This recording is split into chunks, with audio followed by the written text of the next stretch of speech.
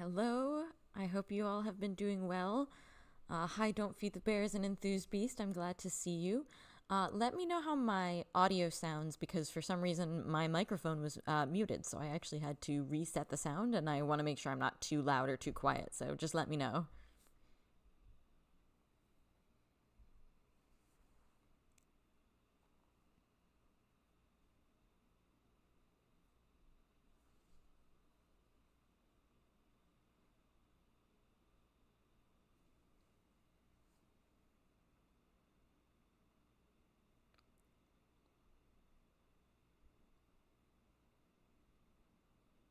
Awesome, glad to hear it. Good.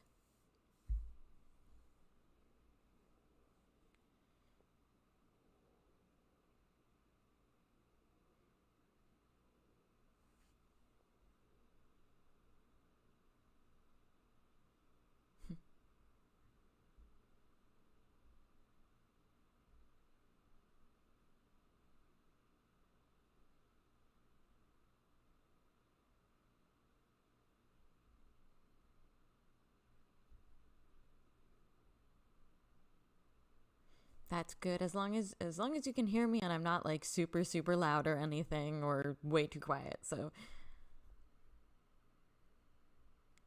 I'm doing great. Don't feed the bears. Thank you for asking. I hope you're doing well as well. I think it's been 2 weeks since I did my previous live stream, so I hope you've been having a good few days.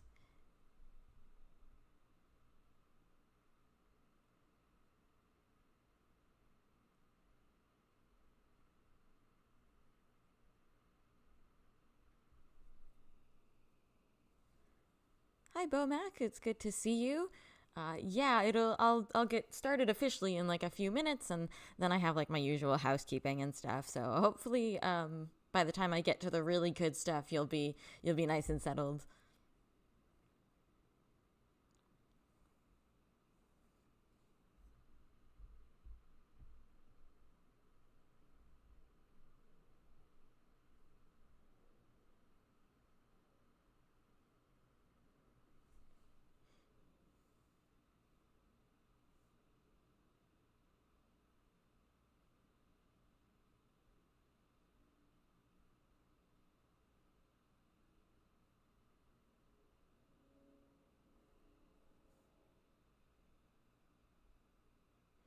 I figure I'll give this is like my official. I started a little bit early. This is like my official start time, but I'll give everybody a few minutes to trickle in, and then we'll like I said get to my housekeeping and such. Don't feed the bears. That sounds like a lovely way to spend a Sunday morning slash afternoon. That sounds fantastic.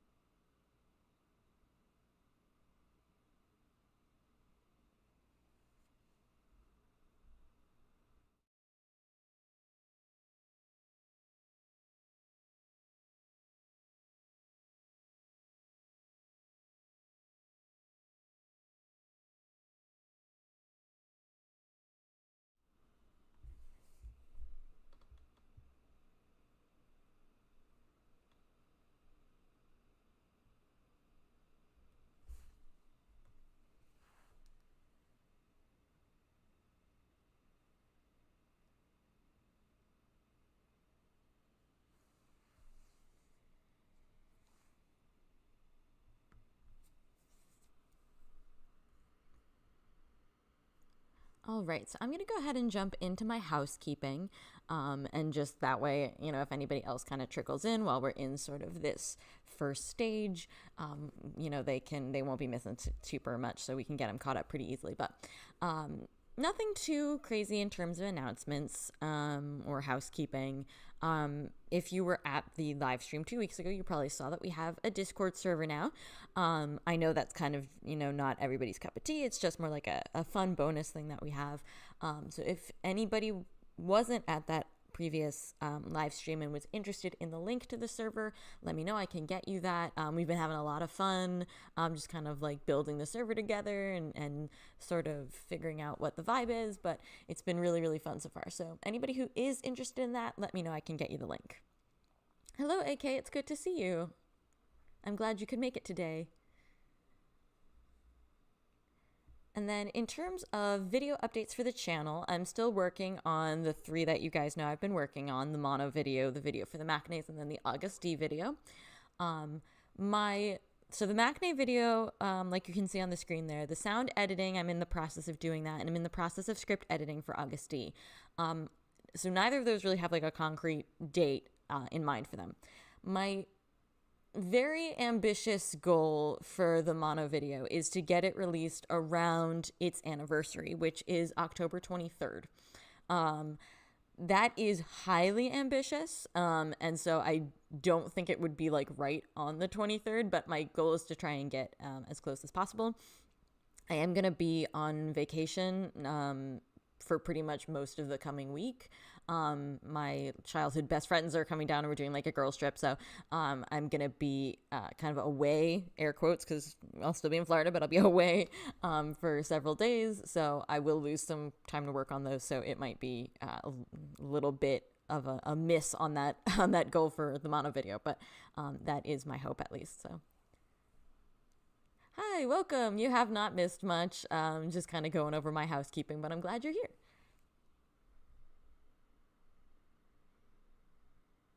And I hope you have been doing well, all of you. Any of you who just kind of came in, I hope you guys have been having a good week so far.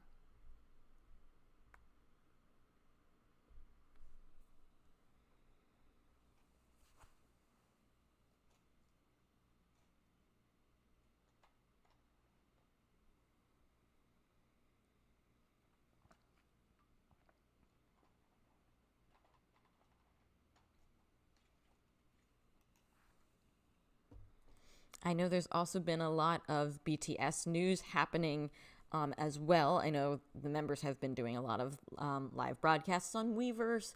We've had a lot of stuff coming out of like the different fashion week and fashion show things. We got the announcement that Jin is doing an encore concert in Korea, which I'm very excited about. I know J-Hope's concert's going to be getting shown again in theaters. Like there's so much going on. So I'm probably a little bit out of the loop with some of like the most recent stuff. Like I know Namjoon just went on live this morning, Tae just went on live this morning, and I haven't gotten a chance to see either of those because I was kind of finishing up prepping for this broadcast. So I'm like a little bit out of the loop with the most up-to-date news, but I know some of it.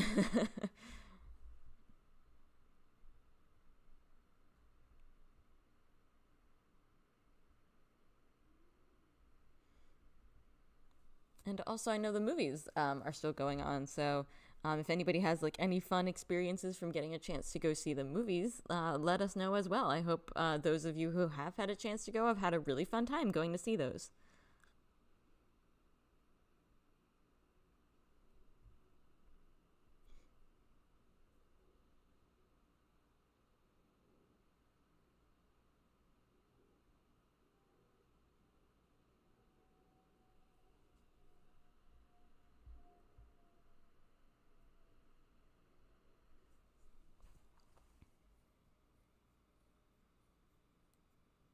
Oh, I'm glad to hear that June's live helped. That's really nice.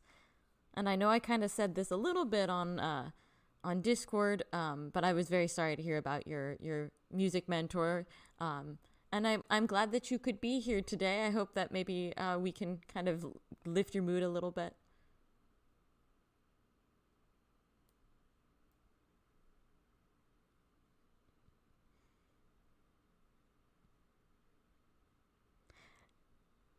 Yeah, that it's kind of funny to see how just like a little live will just appear when you're like just like browsing through Weverse or something.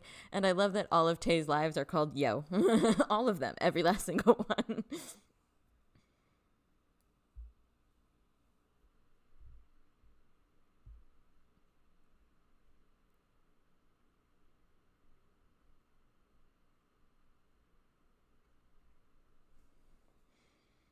I'm glad, BTS 7+1. I think we'll have fun today. I'm really excited because, like I was saying in my last live stream and in previous ones, you all know I love Wings so much. So I'm really excited to talk about Wings today.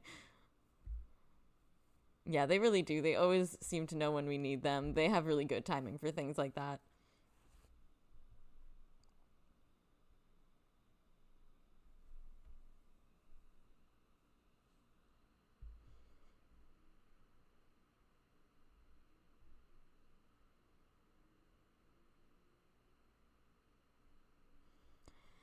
So we'll go ahead and get started just because I have a lot of ground to cover. I hope you guys are ready.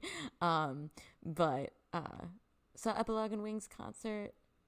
Yeah, AK, we were actually talking about like the things that they cut out of our the Wings concert. We were talking about that on our Discord server, because one of the members of the Discord server had been saying that they were expecting to see Spring Day, and Spring Day didn't happen, and I was like, that's so weird. I feel like because I've had that concert, I purchased that concert when V Live was still around, so like I've seen, I've seen it a bunch of times. I've seen it on replay, and I'm like, I could have sworn that Spring Day is in there. So I went, I looked, and it is.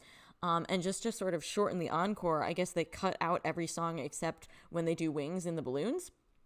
And like I've been hearing both in the Wings concert and I think in HYYH as well, they've cut out their speeches, which is I find really, really upsetting, especially because a lot of those speeches are very iconic. So, and I get that they're like, especially the Wings concert is like 3.5 hours long. So I get it. They're trying to shorten things up a little bit, but it's just like, it's sad to lose some stuff, like to cut Not Today or to cut Spring Day or to cut those speeches is just like really disappointing. Especially because I feel like a lot of this stuff is BTS history, like those speeches and things like that. So yeah, it makes me sad to hear that they've cut things out. I agree. Very boo. Very, very boo. I was hoping to maybe transcribe out the speeches for the Wings concert, and be able to share them with everybody, but I haven't had time yet. But I'd still like to maybe do a little bit of that just to to be able to share. And so because not everybody has the ability to buy like the delayed streaming or like the kind of video on demand to own. Not everybody can buy those, but we should all know the speeches. Yeah, exactly. BTS 7+1. So many new armies never experienced those concerts, either when they happened or like in different delays, like delayed streamings, which is how I first experienced Wings, which I'll discuss in a minute. But so to be, to kind of lose those elements is really sad.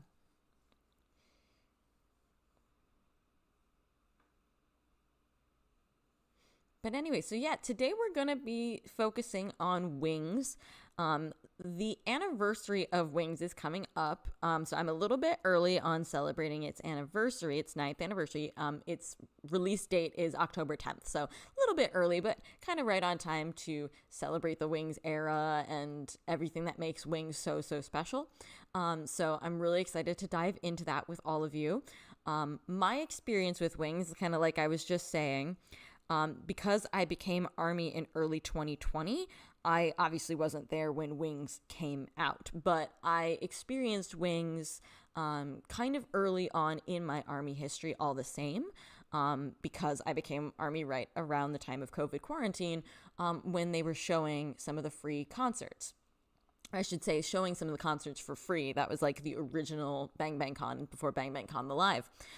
So I was kind of in the process of experiencing everything that had been happening in real time for Map of the Soul 7. And then I took a little bit of a break to experience everything from Wings because I had seen Blood, Sweat, and Tears, the music video, which is kind of what made me an ARMY theorist, as I've mentioned before on the channel. And that just kind of like set my imagination on fire. And then I saw the Wings concert, so I became obsessed with the Wings album. So I kind of really went through the Wings album with like a fine-tooth comb. And so the Wings album was very, very early for me in my ARMY life. And so it always is going to have a special place in my heart because of that. And I'd be curious to hear what your experiences with Wings, whether that's the concert, the albums itself, the videos. I'm really curious what your experiences were. Also, hi, Sonia. I'm glad to see you. Welcome.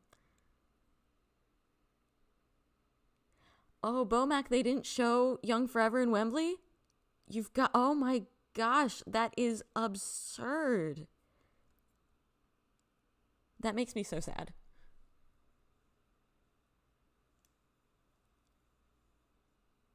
I feel like now we almost need like a separate live stream of like things that they cut out of the movies, because something that you'll see a little bit later, a couple slides from now, that I'm talking about as like foundational and important for Wings is BTS history. And obviously that would be history pre 2016, of course. But I just feel like when you analyze BTS's work, you do also need to look at their history. And like so much of that is really, really important. So it makes me really sad to hear that some of those like pieces of BTS history are being cut out of the movies. And like, I get it, time constraints, but I just think that those are too important to sacrifice.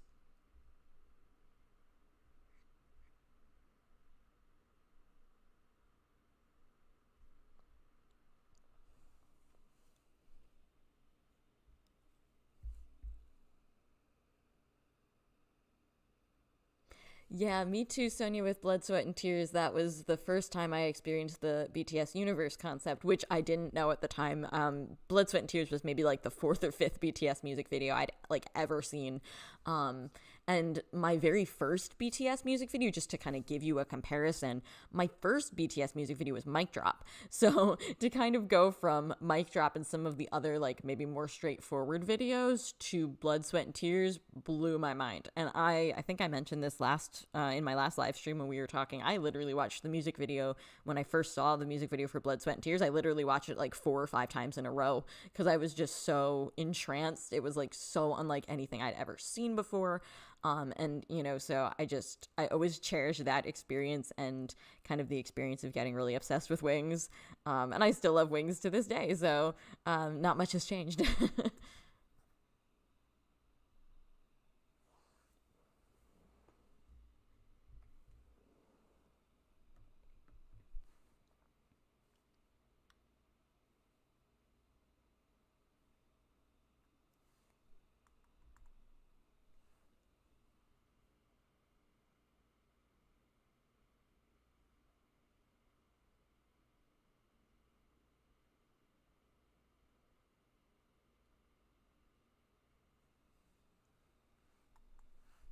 So let me dive in. So I've made a lot of graphics, so buckle up, and you know me and my usual caliber of graphic making. So they're not the best graphics, but I had fun making them. So I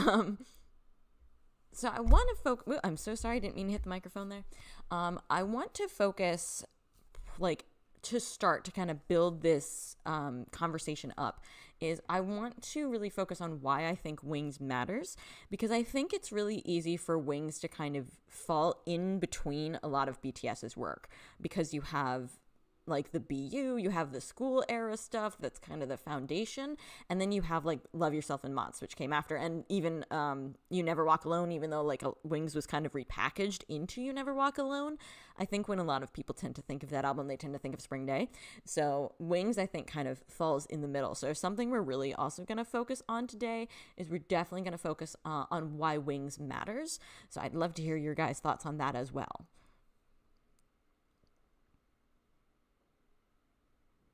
Oh, AK, you actually saw it like at the time that it was released, but you weren't ARMY yet. That's really, really interesting. I like that. Sonia, I'm very literally biased in this, but I think the first video to see being the astronaut is a really good one. Obviously the astronaut, Jin made that in like a very, made that to kind of be special to ARMY, but it's so beautiful and the message is so resonant that I think it's a good way to see BTS's sincerity, and to see Jin's sincerity, and to understand what they were going through. So I think that was a really good starting point. And you're so right. There's so many Easter eggs that kind of link back to Wings. And like that's the thing that I think Wings is just this. Here, I'll even pop into my next slide. I literally, the way I would summarize why Wings matters is because the middle matters, the middle of BTS's discography. And I think because of what you just said, that so many things kind of have Wings era references to them because it's right in the middle of so much of their discography. And kind of like I was just saying, on the previous slide, you have the school era music videos and songs and album concepts. Those really, kind of were BTS's early foundation. And then they kind of built the BU and HYYH on top of that, and they kind of flow organically into each other. And then Wings and You Never Walk Alone are kind of built on top of the foundation of HYYH. So they're right there in the middle of BTS's discography. And then Love Yourself and Mott's kind of all flow into each other as well, and they're built on top of that foundation of Wings. And you can see so many of the themes that they first start exploring in Wings. You can see those kind of brought through into Love Yourself. Even the theme of Love Yourself as a concept, we first start seeing in the songs of Wings. So I think you can really see, in my opinion, it would be too big of a gap to jump right from HYYH to Love Yourself without having the Wings era to kind of show you how the themes of HYYH eventually matured into the themes of Love Yourself and how the BU kind of developed. So the middle of their discography being Wings is so, so important.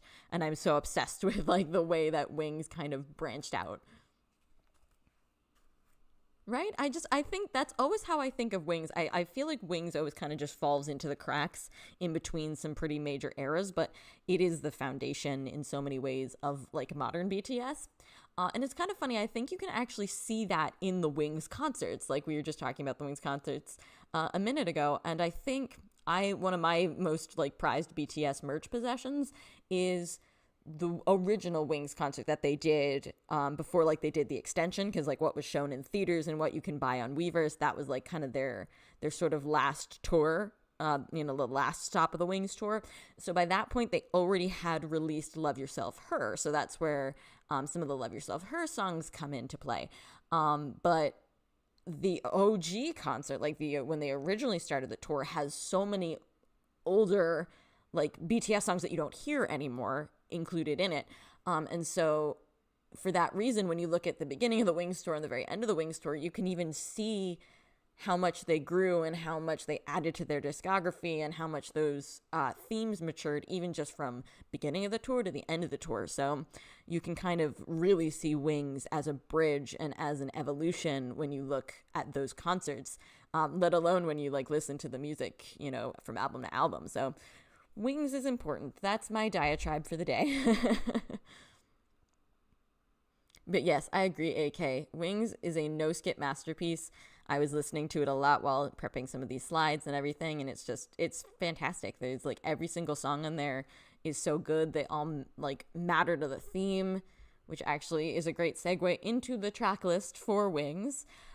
Anything with the little camera symbol by it is something that either had a music video attached to it or one of the Wings short films. And we'll get to all of those a little further down the line, where we'll kind of unpack what those videos contained, what their themes were.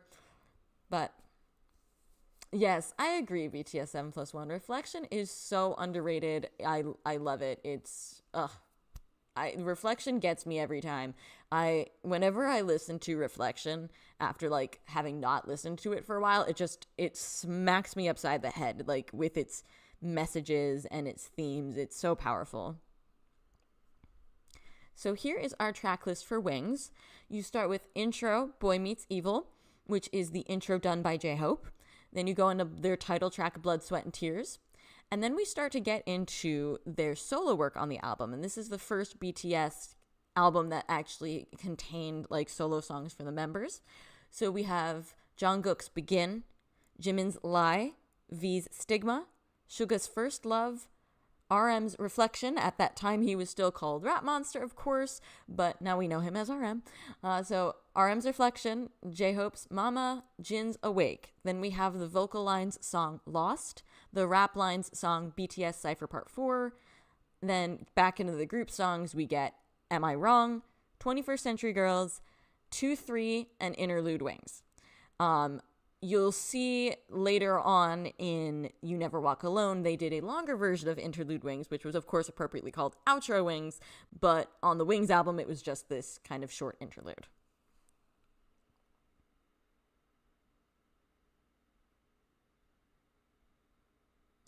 Enthuse Beast and Don't Feed the Bears talking about like the big discography and the BU and everything. Um, I totally agree. And it can be, I think it can be difficult just in general to kind of, especially nowadays when we have like a lot of branching solo work, it can be really, really difficult to consume everything.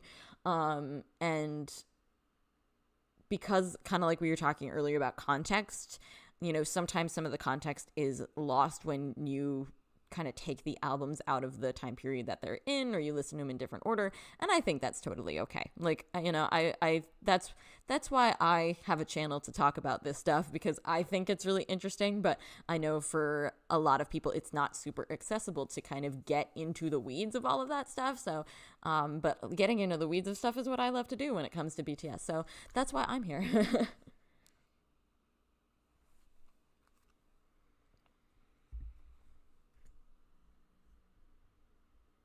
All right, so while we're talking about Wings as the overall album, I really also wanted to highlight some things that are important elements of Wings, because we had a lot of like depth and complexity in HYYH, but there was still kind of, even though like that's where the BU first was introduced, and so obviously we're starting to get into very complicated elements of BTS, the HYYH albums and songs still kind of felt a little bit contained, whereas Wings definitely expands outward.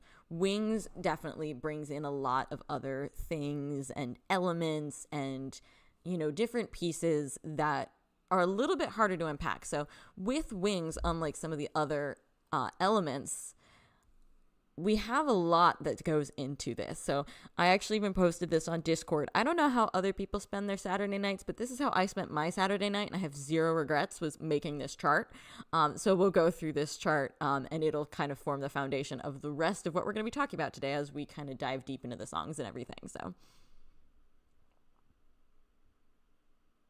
BTS 7+1, you're so right. I don't, unless you were like a BTS fan day one, pretty much none of us have really listened to stuff in order. And again, I think my experience with Wings is a prime example of that I was in the middle of listening to Map of the Soul 7 and stopped and then listened to all of Wings. And so it's like, that's obviously very much not in order.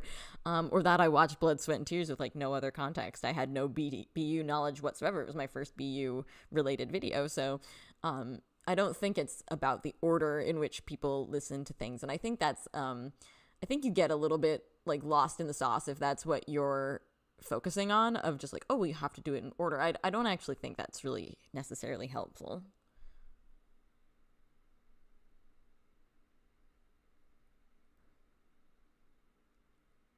Thank you, Enthuse Beast. I'm glad you like my charts.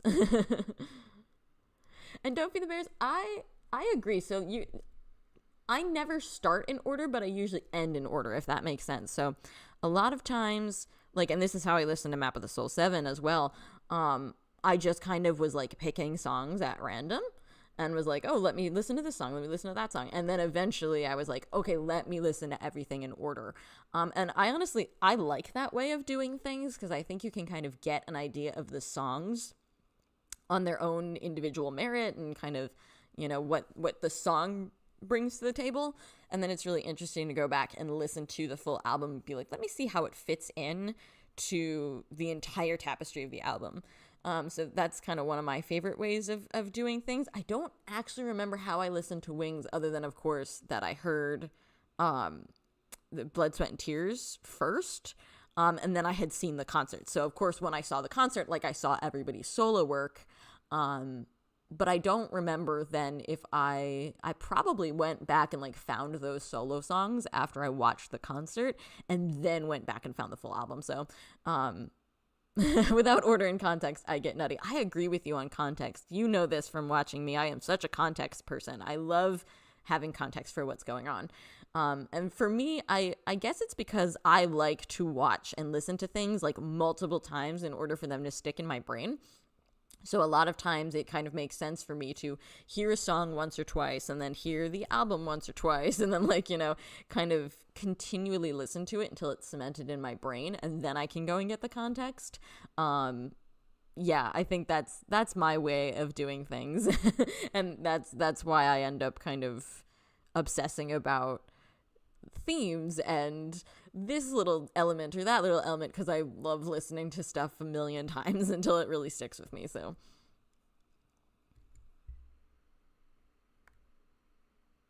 all right, so I am going to jump in to talk about each of like the individual songs on the album. But before I do, I will just break down some of what, and these aren't, when I say important elements of Wings, that's kind of, these are just things that I've noticed in kind of like my own analysis. This isn't like an official list or anything. This isn't like you have to abide by this list. And also this list is actually kind of basic.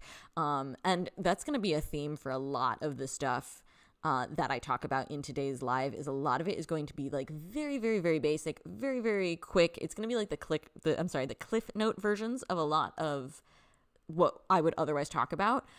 Because honestly, the stuff that I'm going to be talking about in today's live stream, it's like 6 or 7 or 8 different video themes that I could talk about down the line. So a lot of this is stuff that I would like to flesh out and elaborate on in future videos.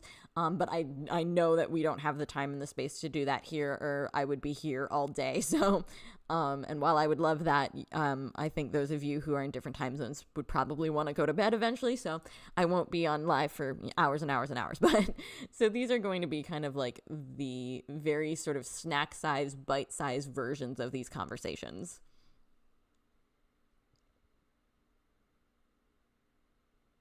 Yeah, AK, that is so true. I've been Army for almost 6 years at this point, and I know there are some songs that I've either never heard or just heard like one time, and that's like especially true of like some of their earlier stuff. It's like I've maybe heard that song once, but you know, that's okay.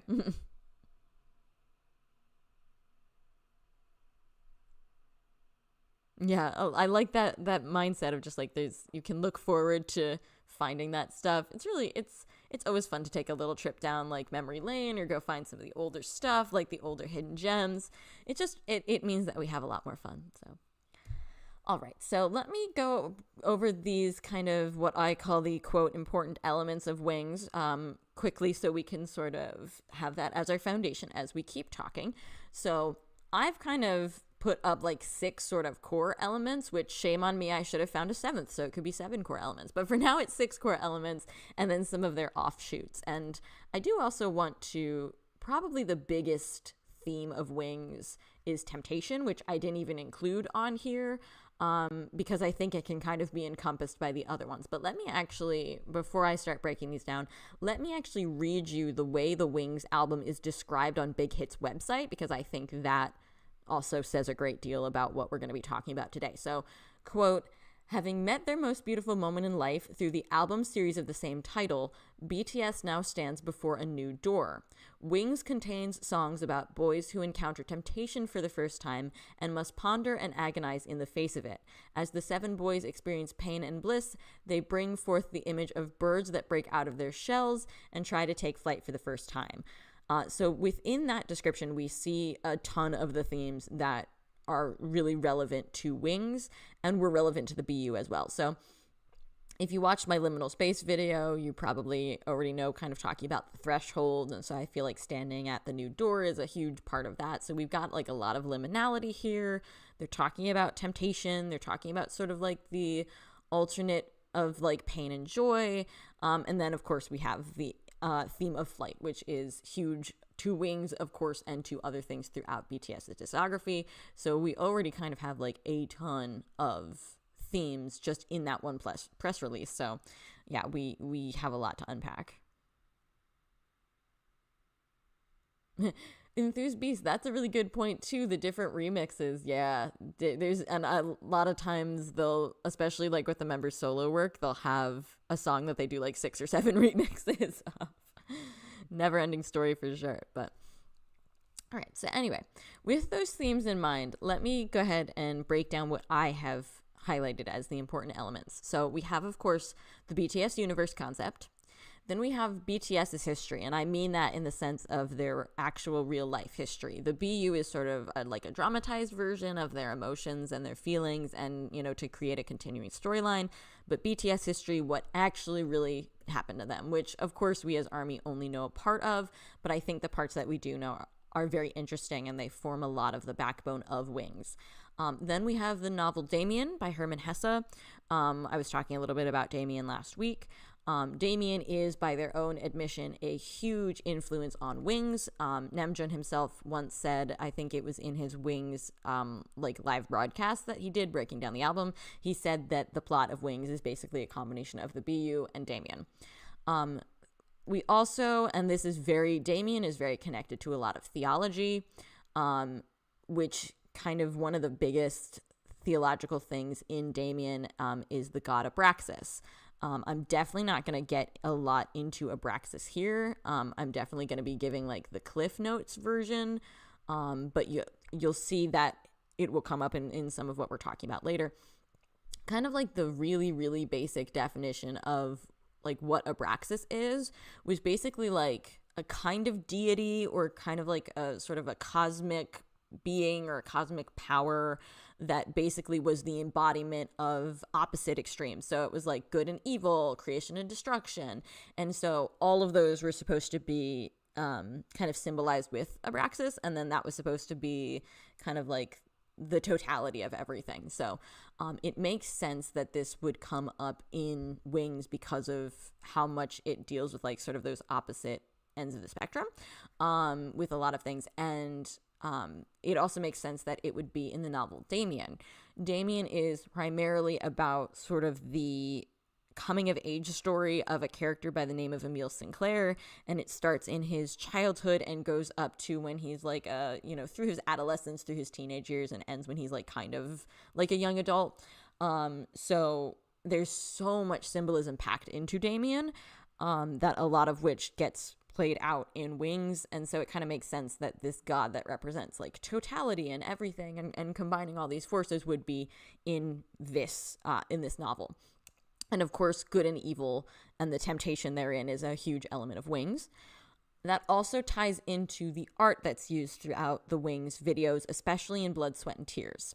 I would say if you're trying to kind of see where all of these things appear in Wings, you can definitely see the BU in all of the videos. So you see it in Boy Meets Evil, Blood, Sweat, and Tears, all 7 of the short films. And then you see it in miscellaneous Wings media, like the concert VCRs, as you see a lot of references to the BU. In terms of BTS's own personal history, obviously the album as a whole and all of its BU-related tie-ins pull that in. But there are also elements of the solo tracks that bring in their history as well. And then we see several of their like non-BU related songs are definitely related to their own personal struggles, and even reference some of their other songs. Oh, hi Metaloop, it's good to see you. I'm glad you could be here. But so to just mention the songs that kind of BTS history really play a part in, I would personally look at Cypher Part 4, Am I Wrong, 21st Century Girl, and 2-3, all of which I'll discuss a little bit more when we get to talking about those songs. And Cypher Part 4 and Am I Wrong in particular also use Bopsay references, which leads us back to the song Bopsay in HYYH, so we have a lot of references there. Damien, of course, like I said, is Damien and theology and good and evil and all that stuff. Those are just kind of overall elements in the album itself. So they kind of are a part of everything. Everything in the album is kind of touched by them, with an exception of some of the more like BTS history songs. And then talking about both the art and myth and legend, we see those a lot in Blood, Sweat, and Tears and the short films. I do have a whole section where I will be talking, again, very brief Cliff Note versions of the art in Blood, Sweat, and Tears. And we'll definitely be looking at Icarus a lot. And of course, the myth of Icarus in Greek mythology was he flew too close to the sun with wax wings, which melted and he fell to his death. So kind of the negative element of flying, the risk of falling when you fly. So that's going to be a really crucial component of Wings, and when we look at some of that as well. So those are kind of what I would consider the foundational elements of Wings, which we'll be talking about a lot as we go through. So hi T-Style, it's good to see you. I'm glad you're here.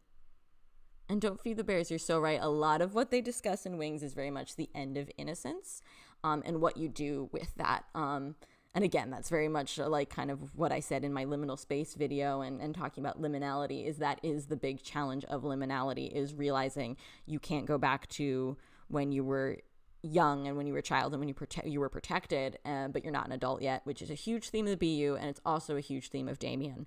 That is a big thing in Damien, is kind of like all of a sudden being smacked with the realities of life. And that's one of the big components of Damien, and one of the big components of like a lot of the quotes and stuff that we'll see when I get to the Wing short films, talk about the two realms. And the two realms in the novel Damien are like, hey, here are all the good, nice things, like all of the, things that you would kind of notice and feel and experience as a child. And then here are the things in the real world that aren't so nice. So we definitely have a lot of that being shown in Wings and in the BU, and in how those two things kind of coincide.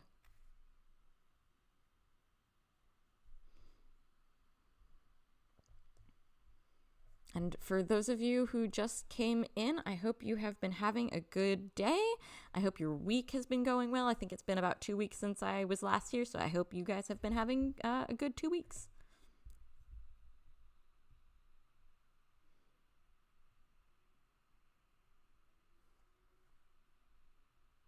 All right, so first, before we get into any of like the videos or anything, I want to just go on the tracks themselves. So like when, even though we have Intro, Boy Meets Evil, and then Into Blood, Sweat, and Tears, I won't be talking about their videos just yet. These are just specifically going to be conversations about the songs themselves.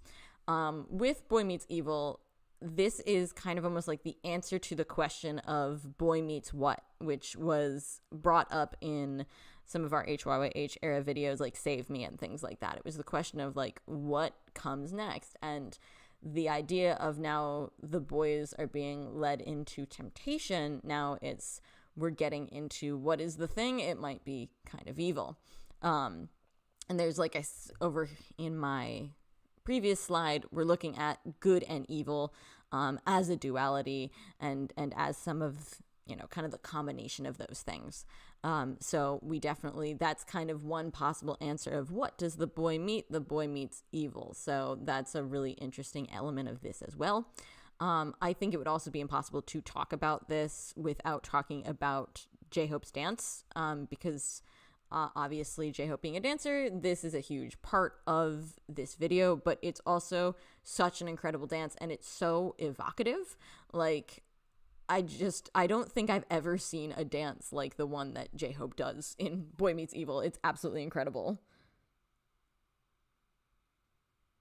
And yes, the lyrics of this song are like so deep and dark, and it's funny. I remember reading an article, and this was a few years ago.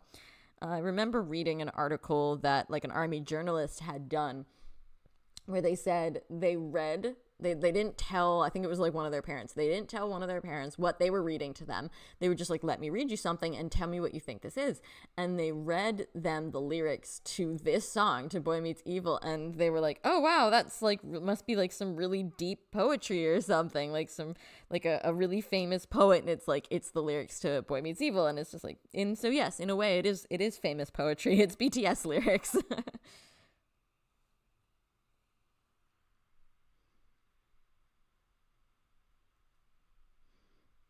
And I think what's really interesting to me about the lyrics to this song, and I mean, this is true of a huge majority of the lyrics on Wings, especially as we get to the solo songs, but we definitely first see it here in the intro, is you can actually kind of see references to previous BTS lyrics and BTS songs.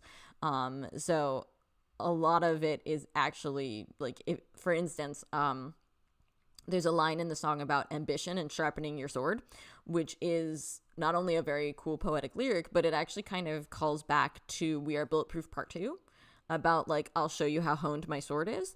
And so it's kind of an interesting way to pull all of these different elements from previous tracks and kind of bring them forth in Boy Meets Evil. So once again, really, really cool lyrical, kind of playing around with the lyrical themes there.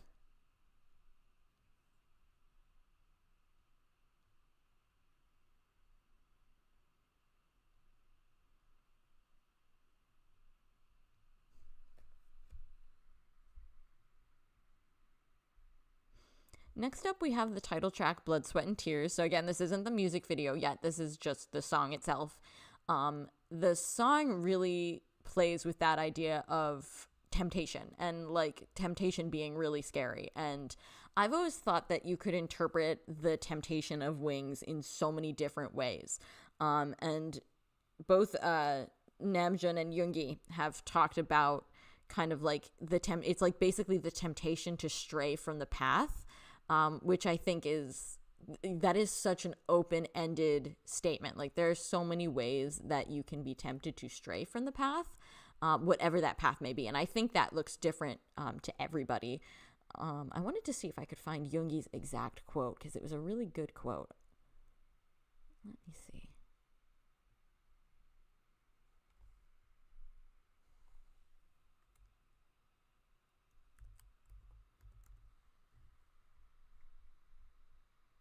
Oh yeah, okay, here it is. So, and I also found June's quote as well. So this was for the press conference when the album was released.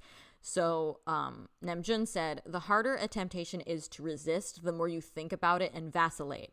That uncertainty is part of the process of growing. Blood, Sweat, and Tears is a song that shows how one thinks, chooses, and grows." And I think you can absolutely see that in the lyrics and in the video. And then Yoongi added to that, "The song relays an optimistic determination to use our wings to go far, even if we are met with temptations in life." And I just love those descriptions because like I said, I think they can apply to so much.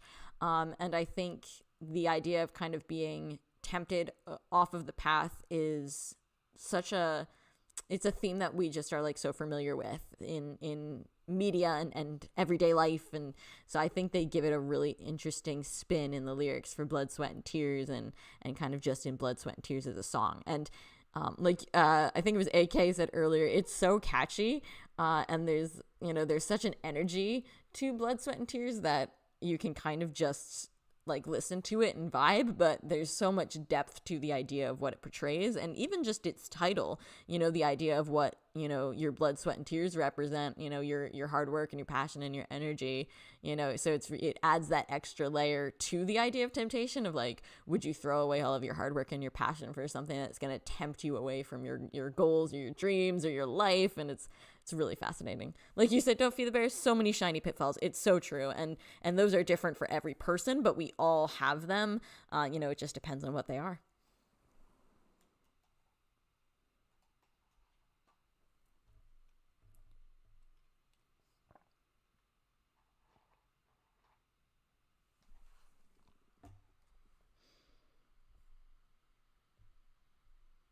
So next up, we are going to start getting into the members' solo works, which, as I said, this album is special because it is kind of the first time we're seeing their solo work. And as we talk about Begin, Lie, and Stigma, there's also going to be a little bit of almost like a preview of what I'll be talking about in my video for the Maknaes when I get to that video, because in that script, I talk about their solo work in BTS. So of course I'm talking about Begin, Lie, and Stigma in that video. So some of what I talk about is going to be like a little bit of a preview for that video. Excuse me. Bomac, I like that description. Yeah. I'm kind of admitting to yourself what has become of you and coming to terms with that, very much so. And I think that's part of why they used Damien so heavily, because I think they were really able to resonate with the idea of like the transformation of the self and how to come to terms with that. So there's a lot of really interesting elements of that within their solo work as well. And hi, Butterfly, it's good to see you. Thank you for being here. So let's start with the first solo song on the album, which is Jungkook's Begin. And as the lyrics of this song make very clear, this is how Jungkook felt as a young person who, by his own admission in the songs, really felt like he didn't know much. He didn't have a lot of life experience, coming and meeting the other BTS members and learning from them. And he has talked about that idea a great deal, even outside of the song. He's talked about how like the members kind of helped him self-reflect and want to improve himself and enhance certain things and learn certain lessons. And he's been very, very open and honest about that. And a lot of the lyrics are references to things that actually happened between him and the older members of BTS, and things that he actually said to them and actually felt, like when he says that he would rather be in pain than see them be in pain, or that when they cry, he cries, and how he wants them to be happy and to be whole, because then he feels like he'll be happy and whole. And he's had these conversations a great deal. Namjoon talks about those conversations when he does his breakdown of the album, and JK himself has talked about it in the Wings era documentary series Burn the Stage. He mentions that process of coming to see the members as so very dear to him, and how they helped him become himself, and literally they made him Begin. They helped him kind of find who he was. Begin is such a beautiful song. I love it so much. I know, Sonia. Yeah, when he says he only feels sad and only feels pain when the Hungs are sad, and it's like, I'll be okay as long as you guys aren't sad. It's like, oh, it's so cute. So Begin is always, I always cherish Begin, because I literally, like, it starts off with him saying, oh, like that young kid who knew nothing, and it's like, whenever I listen to this, I do just picture like early days of BTS and just how young JK was and how they all took care of him, and it makes me feel happy. And Butterfly, thank you very much. I'm glad that you are here, and I hope you enjoy this look into Wings. I hope you enjoy me ramble about how much I love Wings for a little while. All right. Next up in the solo tracks is Jimin's song Lie. And so something I do want to point out with these songs is for all of the solo work, there's kind of a combination of the song being part of the album's theme. So like the song really has to contribute to what the album is saying and is imbued with those themes. But also the other side of these songs is that they are super personal. So kind of like we were just saying with Begin is very personal to JK, even though it fits to the theme with, the theme of Wings. It's still personal to JK's story. And that's very much the same thing with Lie. So Lie obviously relates a ton to the theme of Wings. It has a lot of the symbolism. It relates a lot to the plot of Damien. But if you go deeper than just like this, what the lyrics seem to be showing, Lie is very much, I believe, at its core, and like Namjoon kind of talked about this as well in the Wings live broadcast, and we see it a little bit in the book Beyond the Story. But I think it's really, really easy to look at Lie and like think about imposter syndrome. And imposter syndrome is like that feeling of comparing yourself to other people and feeling inadequate, and feeling like one of the best ways I've heard imposter syndrome described is like you feel like you're faking it, and eventually somebody is going to come along and realize that you're faking it, and they're going to like call you out, and they're going to basically, expose you as a fraud, or that you're lying.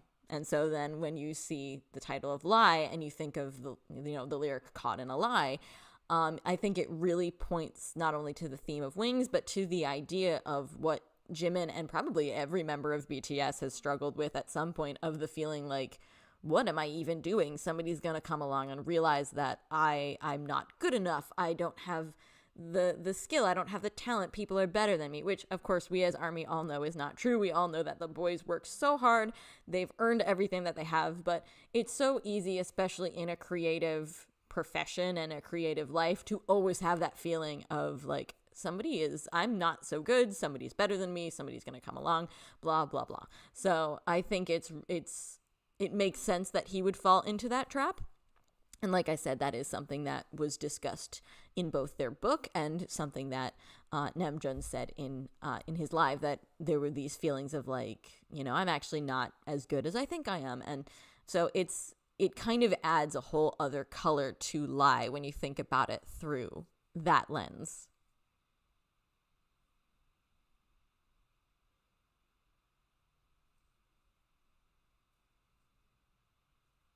Mm-hmm. Yep, Metaloop, you're so right, especially and especially with BTS, when you kind of see how they did go from kind of like being treated like the nobodies that people dismissed, all of a sudden, like, having that platform, I imagine it was unfortunately very, very easy to fall into the trap of imposter syndrome. And imposter syndrome is very insidious to the creative mind for sure. So I can definitely see how Jimin and probably the other members would have struggled with that. To that end, I think we also kind of can see a little bit of that in Stigma. And I think that Stigma is probably the song that it's easiest to look at and go, okay, there's nothing really personal in that song. It's all just themed to Wings. It's all themed to his character in the BU. And I think a lot of that is true. I do think a lot of it is themed to the BU. Same thing with like Jimin's character. But I do think that there is some personal stuff in Stigma as well. And I do think it's another sort of song about feeling like you're blaming yourself for anything that goes wrong, or like blaming yourself for things that happen, and you think that you're a bad person, or if you make a mistake that you must just be awful, which I can imagine was also something that really plagued all of them, especially the younger members on this journey. So I think, you can look at the lyrics through the lens of the BU and his character in the BU, or you can look at the lyrics to Stigma and think of it through the lens of somebody who is tormenting themselves because they don't feel adequate enough, or tormenting themselves because maybe they made a mistake, and they're treating themselves as bad and being trapped in sort of that feeling of inadequacy.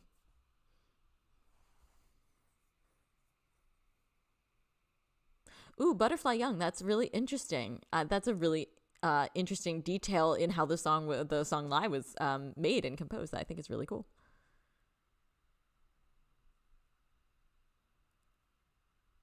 Hitchhiker Hobbit, hello. I'm glad you made it. I know you were at the movie, right? And I saw your post on the Discord server today, but I'm glad you could be here.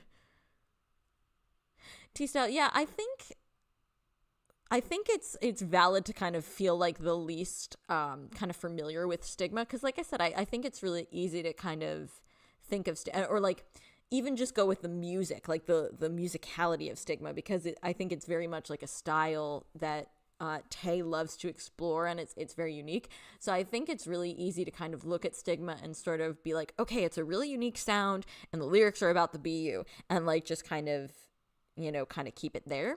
But I do think when you look at the depth of what's actually underneath, like what would he be bringing to this song on a personal level? And this is where kind of going back up to my thing about the element of Wings and talking about BTS history. I think, if you dig into their history at the time that Wings was made, which we know was like a troubled time period for them, I think we can very easily see the ideas of Stigma as being part of that.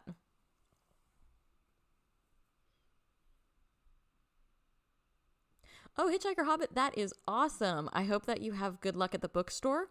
I also want to let you know that I read your hello in Jin's voice from that Beach OT7 live that they did a few months ago when Jin would not stop saying hello. So that's how I read your hello. AK, I so agree. I don't feel like anybody could really capture the emotion of this song other than him. And I don't just mean that just because it's obviously very like cemented to his BU character, but I just feel like nobody else could have actually like brought that emotion into it. It's so unique to him.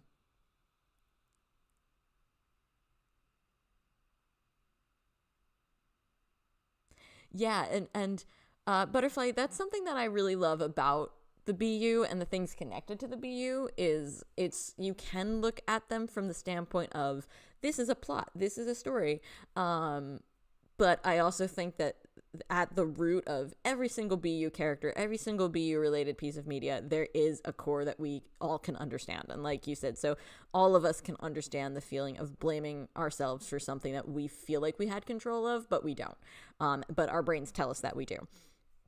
And which is something that when I was talking a little bit about the book Damien in my last live stream, we just got on the subject, and that was something that I was talking about then.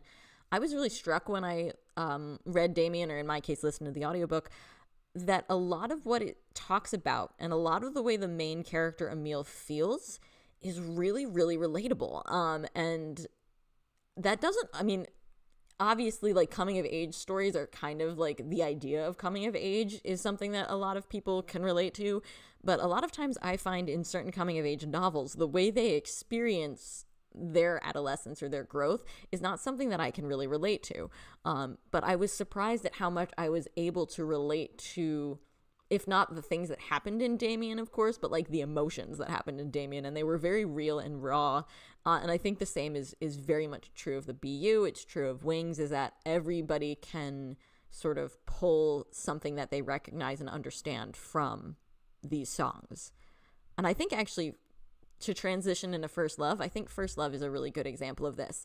Obviously, First Love, on the face of it, is about specifically about Yoongi's struggles and Yoongi's childhood and how he grew up and developed a love of music, and how the piano that he learned to play when he was younger was kind of like central to his developing love for music. So it's very, very specific to him. But I think the idea behind the song is something that a lot of people can relate to. Like, what was the way you first developed your passion? What was the way you first fell in love with your art or your special skill or your talent, whatever it is?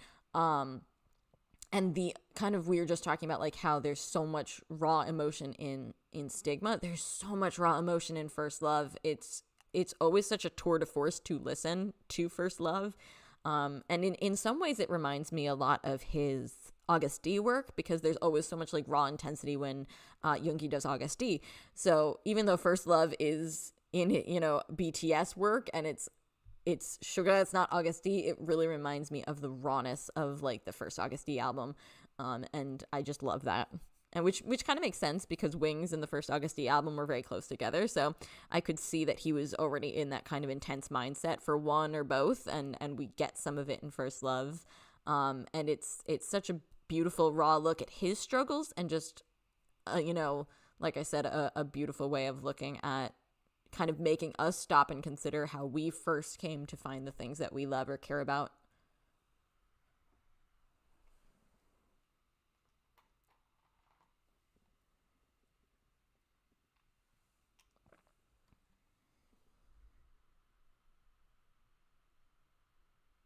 And I think, I believe, I don't remember if he ever said anything about it in August D, but I believe that First Love is the first instance we get of Yoongi talking about his shoulder injury, because I remember in the Burn the Stage docuseries, the boys are talking about it. And he's telling them a little bit more about the context of the accident that led to his his shoulder injury. So I think First Love is the first place that we actually hear that being discussed. So there's a lot that Yoongi brings up in First Love and, discusses unflinchingly, that I think is really, really interesting as well. Yes, that is a beautiful description, Butterfly. It's just like, I love that, like, the piano is always the cornerstone of like everything that's happening to Yoongi, even as he's growing older and he's not playing it, he's not, touching the piano as much, but he always kind of goes back to the idea of the piano as sort of like representing music. And it's like, even when he wants to quit, even when he has bad days, even when bad things happen to him, he comes back to music. And I just think that is such a beautiful idea.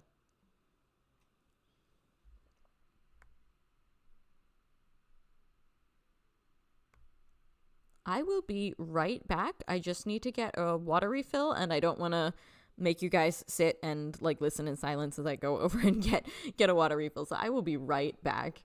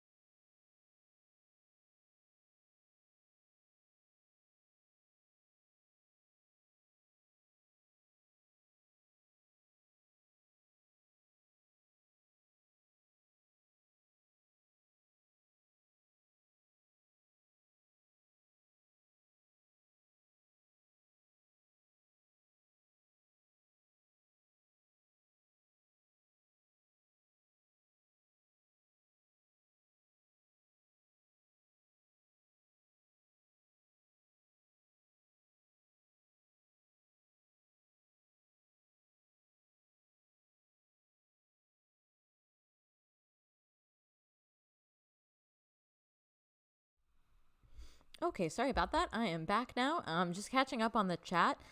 His first piano is on display in the exhibition in Seoul right now. That is amazing. I actually did not even know that. That is so cool.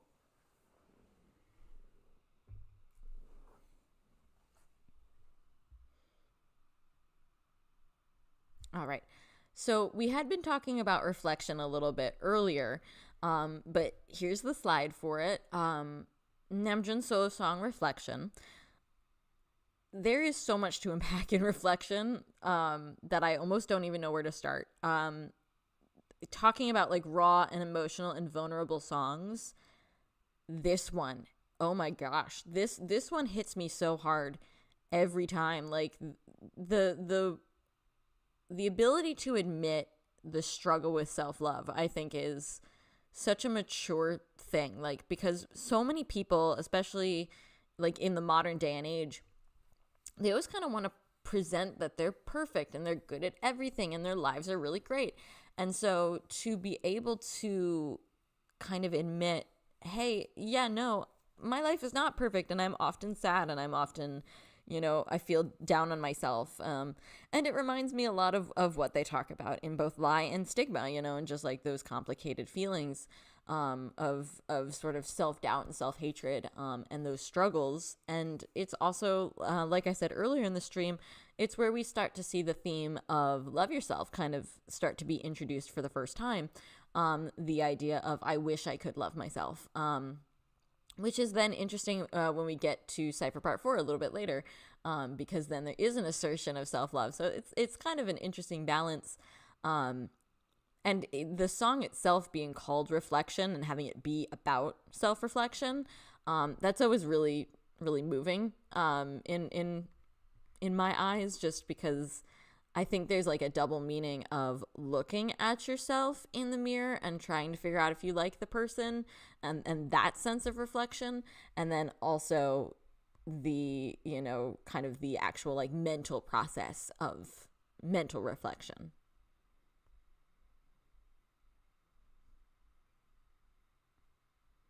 And something that June actually said himself in the Wings V Live, is the title Reflection also means that he wants to reflect himself through his music, which I think is really special as well. And we know how good of a job that he does in his music, kind of, and even in, BTS songs that he's written or rap parts that he's contributed, we know that he is always so honest and forthcoming. And I actually saw that conversation happening in the Discord server today as well, because obviously June was just on live this morning, and talking about how he is so open and honest. And that's something that I've always very much admired and appreciated about his work. And he said this around the time that Wings came out as well, that he wants to be as open and honest as possible in his music and in his creations. So I think you can really see that idea start right here in Reflection, and just I think that makes it extremely special. Yeah, AK, it is a very, very sad song. It's one of those songs that when I'm listening to Wings, or if it comes on like a playlist when I'm doing something, I actually just kind of stop and just kind of like listen, because it's so deep, and it does have a very melancholy meaning and a melancholy feeling. Kind of like First Love reminded me of August D. Reflection reminds me a lot of Mono, which is actually something that I'll be talking about in the Mono video, because Reflection and Mono were actually very closely linked at one point. So it kind of makes sense that there's a lot of that feeling to Reflection, and it was kind of a lot of Mono was being written during the time that Wings was being written as well, so it makes sense. Oh, thank you, BTS7+1, for posting all that. I really appreciate that. That's awesome. And yes, Metaloop, you're so right. June loves his multiple meanings, so of course, multiple uses of the word reflection. And yes, Butterfly, I always love that moment too. I believe it was the Brazil concerts that started the "We Love You" chant whenever he would say, "I wish I could love myself," and it carries through in like so many different stops on the tour. And you can see it, eventually when it comes back to Korea, it's Saranghae, so it's very cool. And I forget which, was it the Brazil concert that he changed the lyrics, or was it another one? I think it was, like you said, the Brazil one where he said, "Yes, I do love myself," which was a lovely change. It's nice to see that, the idea of growth, like maybe, you can go from this darker place into self-love, which again, with Wings being right in the middle, and Wings feeling so foundational to what comes next, I think we can see how Wings eventually gave us the Love Yourself series. All right, next up is J-Hope's Mama. This is another really good example of a song that obviously has ties to the BU. It has ties to Damien. It really fits into the theme of Wings, but it's also so personal to J-Hope. And I think that's something that's really cool about like the Wings solo songs, that they can pull double duty like that they can be thematic but also be personal. And so in this song, J-Hope talks about his mother and his gratitude for the sacrifices that she made for him when he was younger, especially the sacrifices that she made so he could become a dancer, and how he maybe didn't appreciate those sacrifices or understand those sacrifices as a child, but that as an adult he is able to understand and appreciate them. And he just kind of makes this a beautiful tribute to how hard she worked and how much she believed in him, which I think is just beautiful all around.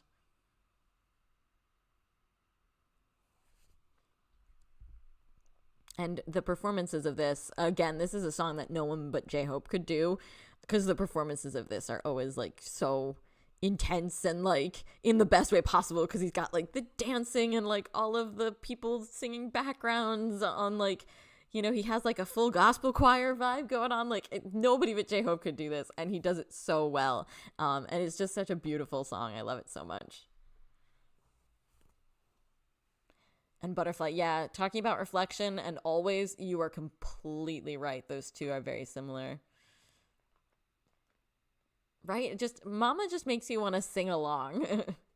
It's just whenever you hear it, you're just like, yes, it makes sense that it has like a whole choir with it, because you do just want to like sing along and have that energy. It's so much fun. I love this song. It's one of those that kind of has some sad lyrics involved, because he's kind of talking about like, I'm sorry I didn't understand the sacrifices you made or recognize those things when I was younger. I feel guilty about it. But, so there's some sad lyrics there, but he turns it into such a beautiful, uplifting tribute. I just love what he does with this song so much.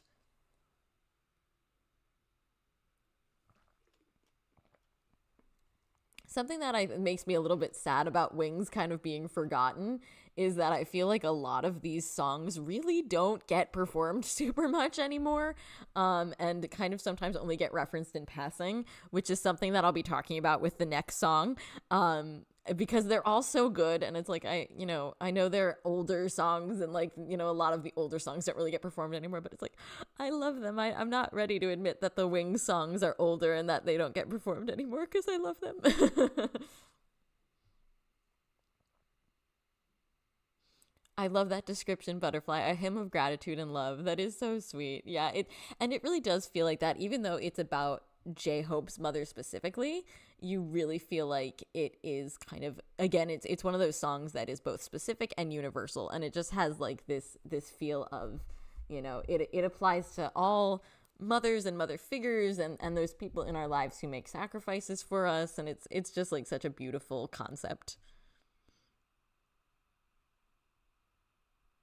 Oh, Hitchhiker Hobbit, I'm sad to hear that your quest for books didn't go like planned, but I wish you luck for the next time.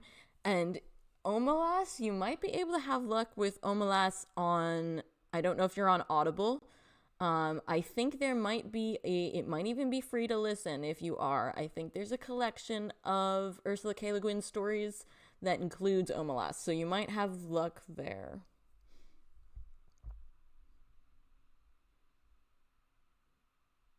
And honestly, Hitchhiker Hobbit, I think I would agree with you that Mama might be my favorite of J-Hope songs. I'm very fond of Outro Ego as well. So Ego is pretty high, but so is Mama. I really love this song. There's just it has such a unique vibe in like how it sounds and how it's composed and how it's performed. It's just, everything about it is just like so unique. Butterfly, me too. Me too. Speaking of songs that I hope come back around, Awake. I love Awake so much. And Jin has hurt my feelings by forgetting Awake on a few different occasions. And now that he's doing his encore tour, I am crossing all of my fingers and toes that maybe he does Awake, because it was like one of the only songs that he's done that he didn't perform when he did the Run So Jin tour. And I'm like, please, Jin, please do Awake. So I love Awake so much. I not only is it like, and this is somebody on my Discord server posted this about like, you know, kind of the combination of like admiration and wanting to be the different members of BTS, like especially when you have a bias, like, you know, you see yourself in them, you aspire to be like them. Awake for me is, and I love pretty much like every song Jin's ever made, but for me Awake is like the song that I aspire to, and of course Epiphany. But I love the idea behind Awake of like, hey, maybe I can't do this, or maybe I don't have that, or maybe this will eventually happen to me down the line. But that doesn't mean that I'm going to stop trying. And I just think that that is such a beautiful idea. Like, I so love the idea of maybe I can't touch the sky, but I'm still gonna run. I'm still gonna hold out my hand. Right, AK, me too. I was like, I feel selfish asking for him to do Awake when he already did Moon and Epiphany and everything off of Echo and Happy, but I'm just like, but if I could have Awake, if he does Awake at those concerts when I'm watching them on, you know, live stream, you guys will hear me like screaming from wherever you all are located. You will hear a noise and you'll be like, Rachel just exploded because Jin sang Awake, because that is all I want. Yeah, Butterfly, exactly. We want to Awake in the encore, please. That is so true, Sonia. That is a really something that I noticed too for to me today, or even with the clouds in Echo as well. It really made me think of how he went from like, maybe I can never fly to I fly, and I'm just like, oh, that makes me so happy. I love seeing, you know, that the evolution, but like how the ideas stay the same. You know, it's still like that core idea of flying and flight and touching the sky, you know, and seeing how that evolves. But Awake is always very comforting to me. And again, it's one of those songs that's so personal to Jin, but is so beautiful and universal in its themes. That it touches my heart every time I listen to it. It's gorgeous. And I always think of in the Burn the Stage documentary series, there's a part where he's talking about, because like he kind of honed a lot of his craft by repeatedly singing this song in the Wings concerts. And there's a scene where he talks about, he's like, I don't think I'm that good of a singer. I don't think I'm like, you know, I don't really think I can do blah, blah, blah. And they cut to a shot of him singing Awake, and they show people in the crowd crying. Like, there are like tears streaming down their cheeks as Jin's going, yeah, I don't think I'm that good. And I think about it all the time. I'm like, it's I feel like that's so what a lot of the members of BTS do. They always kind of tear themselves down a little bit, talking like we were about imposter syndrome and things like that. And the way they beat themselves up and the way they criticize themselves is not how we see them at all. You know, we can see how hard they work and their genuine emotion, and we feel so much when we listen to their music. So they beat themselves up, but they really shouldn't, because we all really feel when we listen to this, you know, these types of songs, and when we listen to those messages. Yes, Sonia, you're so right. The emotion that Jin can put, that's always been a thing for me that I just love in his music. And oh my gosh, Awake, and with this, like the orchestra, and like any of you who saw the Wings concerts in theaters, that full orchestra when he does Awake just gets me every single time. And I love that in that concert, the Wings kind of encore concert in Seoul, when he finishes Awake, people don't cheer like they would at a normal concert, they clap. And I just love it so much, because it really does feel like you just listen to like a beautiful like symphonic orchestra piece that just like you really do, like the only thing that makes sense is to clap, because it's just so stunning. Right, Butterfly? It was a great indicator of things to come. And looking back on it, it makes it even more special. I love HYYH so much. All right, and then the vocal lines Lost. So even though we had, like, this was the first indication we had of solo work, we had, of course, rap line songs and vocal line songs before. But Lost, honestly, Lost is one of my favorite vocal line songs, and that's hard to pick because vocal line songs are all amazing. But again, I love the message behind Lost of I can wander, I can lose the path, I can maybe literally get lost a few different times, but I will always come back to find my dream, and like I will never give up on that. And so I just like the notion of wandering and coming back, and like the fact that that's treated like a cycle. Like the lyrics say, lost my way, found my way, lost my way, found my way. And I just like that goes back and forth. And I also like the little metaphor at one point of watching an ant going someplace and watching how ants walk. And I always sing lost to myself whenever I see an ant. I'll be sitting somewhere and see an ant go by, and I will sing in my head, I once saw an ant going someplace.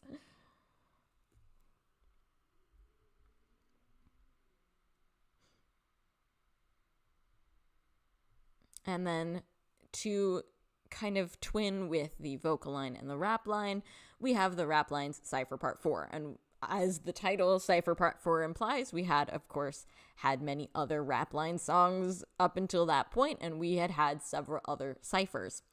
One of my favorite things to do to just really get an idea of how special Cypher Part 4 is to listen to it in a compilation with the other ciphers, which you can usually find on YouTube if you look up like BTS cipher compilation. And the change between the first three ciphers and Cypher Part 4 is so obvious, and it really gives you an idea of how much the rap line evolved and how much their message evolved. And I think that's really, really interesting because the first three ciphers are all like super intense, and there's so much heat and passion and fire and anger to them. And then Cypher Part 4 opening up with the idea of like, I don't hate you anymore, sorry, like is almost even more powerful than the anger.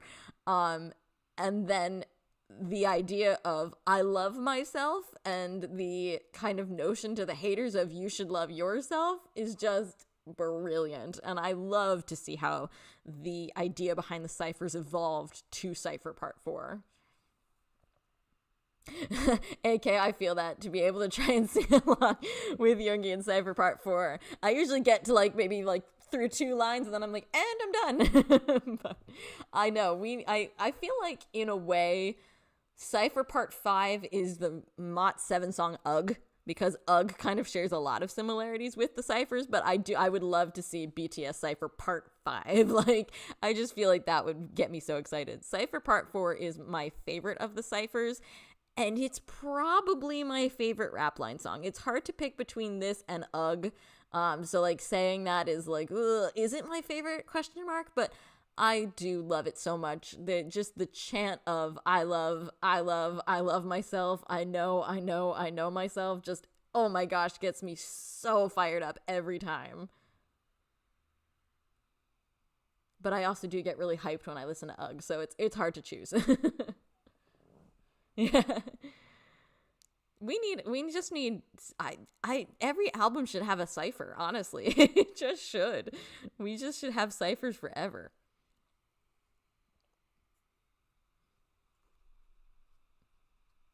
I admit I'm also a big fan of Cypher Part 3, just in terms again of sheer hype.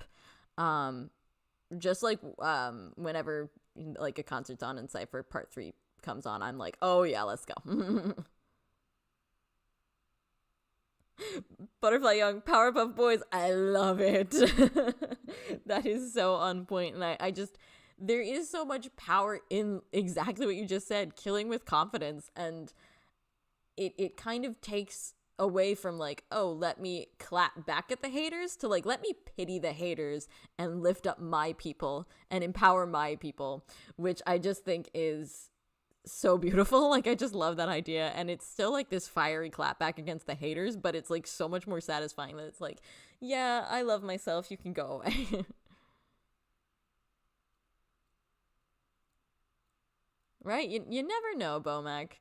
This from what I understand of like what the ciphers are is like, the idea of a cipher is almost like a slam poetry thing where like you all kind of like riff on a theme.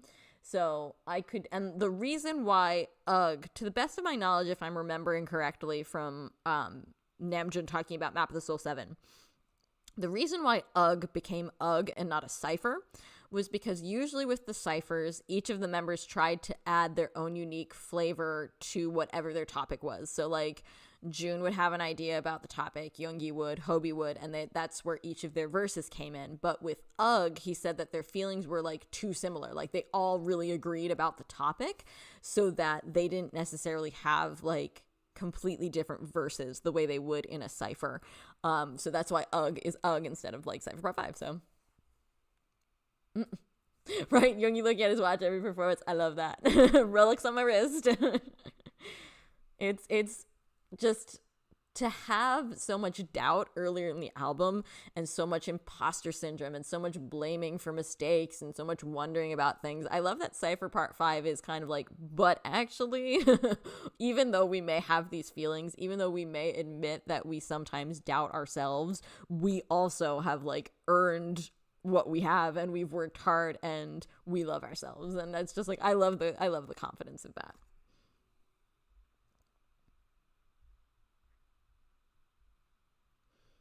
Next up is a song that I kind of consider to be a bit of a hidden gem. Am I Wrong? Which I not only, like I said earlier, does it kind of like makes use of like the bopse idea, but it asks a lot of really interesting questions. So it's interesting to me because they sample the song Am I Wrong? So that's what you hear at the beginning of the song, and that song is very obviously like kind of supposed to be like, hey, was I wrong to like fall in love with you? You're like picking all these other people and not me, when, you know, da da da.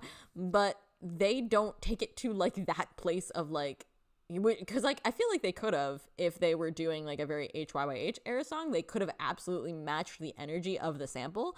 But instead they sort of make the idea of, hey, I feel like I'm going crazy, to be more of like a societal thing. And I mean, that's literally the first line that June sings in the song is, the world's gone crazy.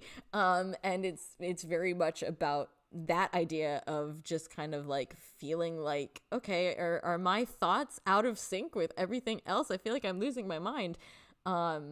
And like, yeah, it is just such a fun song. I love this picture of this performance. I love all of their little faces as they do that dance. It's just hilarious to me. And it's such a fun song with a deep meaning, which is one of my favorite genres of BTS music, of really, really fun song, really, really deep meaning.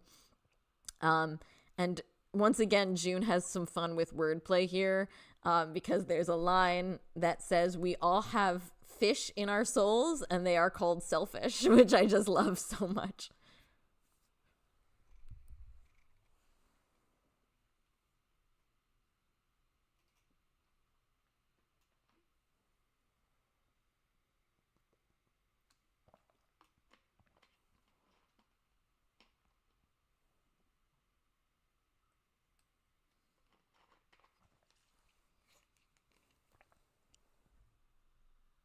Yep, exactly, Sonia. A deep meaning and a fun package. I love those songs. We have this, we have Go Go. We have a lot of songs like that. Another one that I would say kind of fits is 21st Century Girl, which again is another really fun performance.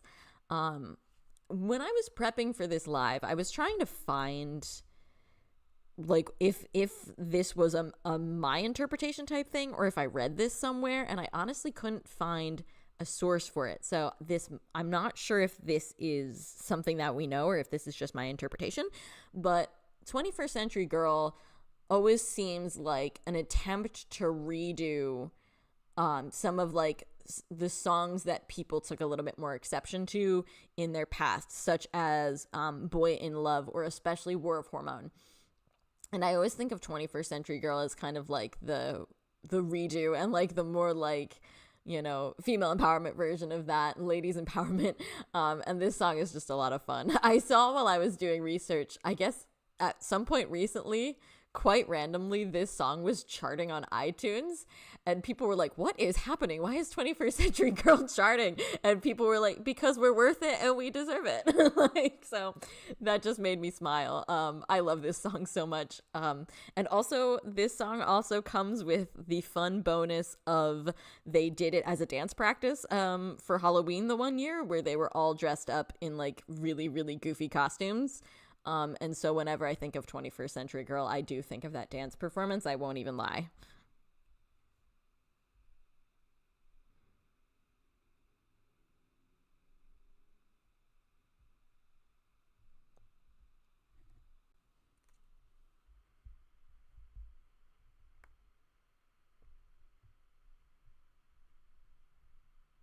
All right. So moving out of like the more silly, fun songs, we go into 2-3, which is their kind of first official fan song. So like the first song that they made that was specifically dedicated to Army.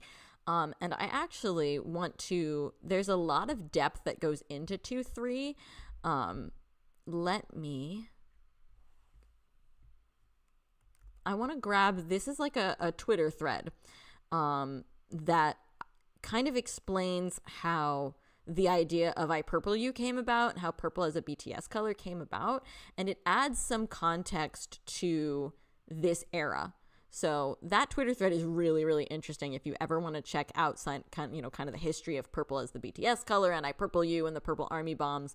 And it talks a bit about how what the message of 2-3 was. And of course, a lot of like the title of 2-3 is based off of when they would introduce themselves and they'd say 2-3, hello, we're Bangtan Soyeondan. And so they were kind of using that as just a way to sort of identify themselves and like, we, you know, this is who we are, this is what we stand for, you know, and to put that into a fan song and make that the idea of the fan song is really, really special. I know, I feel the same way. 2-3 gets me every time.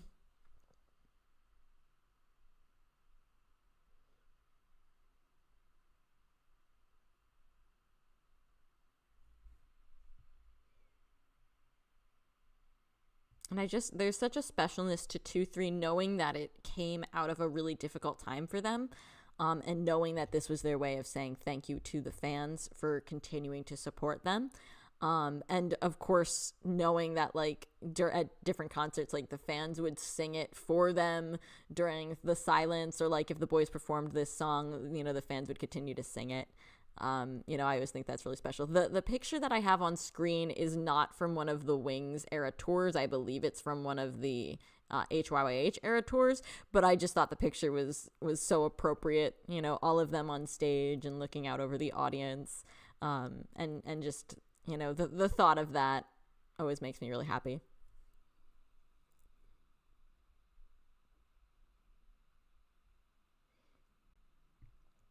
Last but certainly not least, we have Interlude Wings.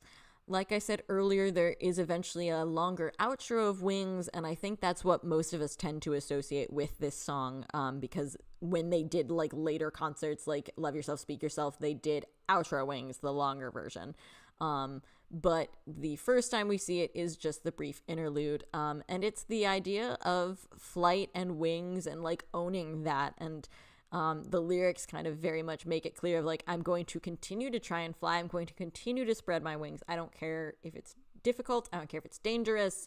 You know, I'm going to go for it. And so I always love this song and its message. I think it's such a beautiful way to end the Wings album. I love it so much.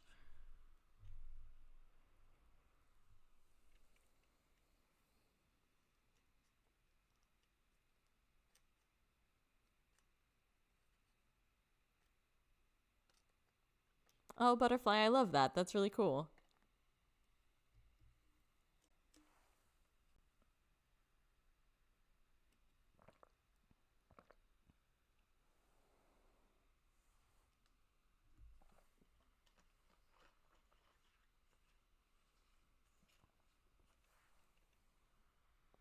And I'm so sorry to put you guys on the I'll be right back screen again, but I'm gonna just run off quick, and then I'll be right back, because then we're gonna get into the videos and the Wing short films. So we have a lot to dive into, and I'm super, super excited to get into it. So just give me like 2 minutes and I will be back.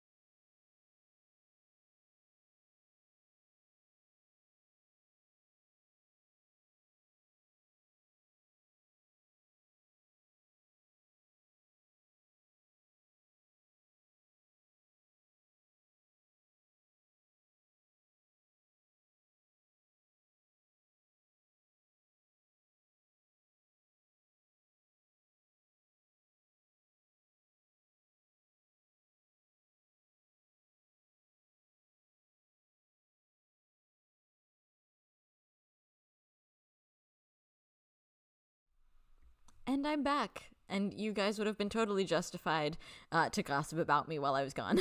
But thank you. You're very sweet. It'd be totally valid if you're like, she talks so much. It's so annoying. All right. So we're going to get into talking about the. Oh, wait. That is so sweet, T-Style. Thank you. So I'm going to get into talking about the music videos and the short films. And so obviously we can't do that without first talking a little bit about the BU. So again, this is going to be like the most basic overview of the BTS universe. I would love to do another live stream, probably actually closer to the anniversary of the second part of HYYH. So like, November, end of November-ish. So that's when I would really, really love to unpack more of the BU. But if you saw my live stream about the most beautiful moment in life, I talked a little bit about my belief that it makes more sense to analyze the characters of the BU than it does the storyline, because the storyline is not linear, it's not complete, any of those things involved. So I choose to look at the characters. Some of this falls down a little bit when we get into, like, for instance, Blood, Sweat, and Tears, because Blood, Sweat, and Tears is a little bit more symbolic. It's not, quite as plot heavy, but these are my ideas for the different characters of the BU. So you have J-Hope's character as the suffering wanderer, V's character as the abused adolescent, Jimin's character as the struggling empath, RM's character as the disrespected laborer, Suga's character as the tortured self-medicator, Jungkook's character as the displaced youth, and Jin's character as the observant loner. Something that's interesting is I think we also see throughout the BU, we see kind of similar characters ending up kind of like as friendship pairs.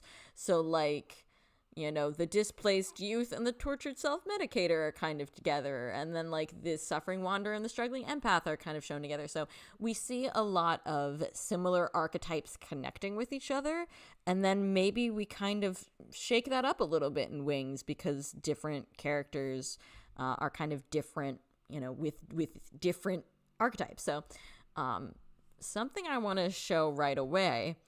And again, this is by no means a complete list. There are like probably 100 different references to the BU throughout the different videos.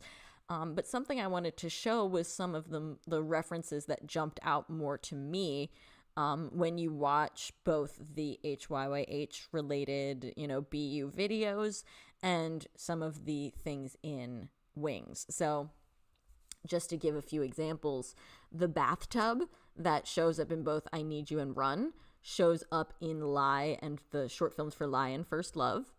We see in Run both J-Hope and Jimin kind of like having a pillow fight, which then all the boys eventually have. And so we see a lot of like feather imagery and stuff related to that, which we see in Lie, and we also see in Mama as well. So we see both of those characters in that, kind of with that idea of the feathers.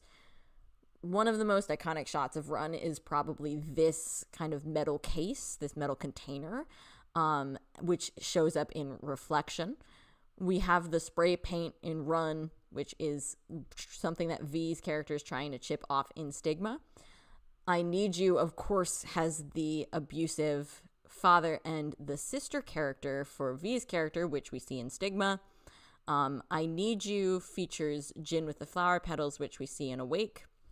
I'll actually come back to this wording in a minute. So skipping past that, we see Jin taking pictures in both the HYYH prologue film and in Awake, and we see almost the exact same identical shot of Jin opening the curtains in I Need You and in Awake. So circling back to the writing, I wanted to actually pull up, I had found somebody give a translation of this online, because I was curious what is being written, because it also comes back around in the teaser to Fake Love. According to something I saw online, somebody says that writing is "you must live on." Is that what that writing translates to? So we see it here in the HYYH prologue, and we see it in both the Reflection short film and the Awake short film really briefly. Like, both of those are so blink and you'll miss it that in order to get screenshots, I literally had to turn the video on to like 1/4 speed to even be able to take screenshots of them. So this is like the craziness of Wings and the BU references, is some of them are like blink and you'll literally miss them.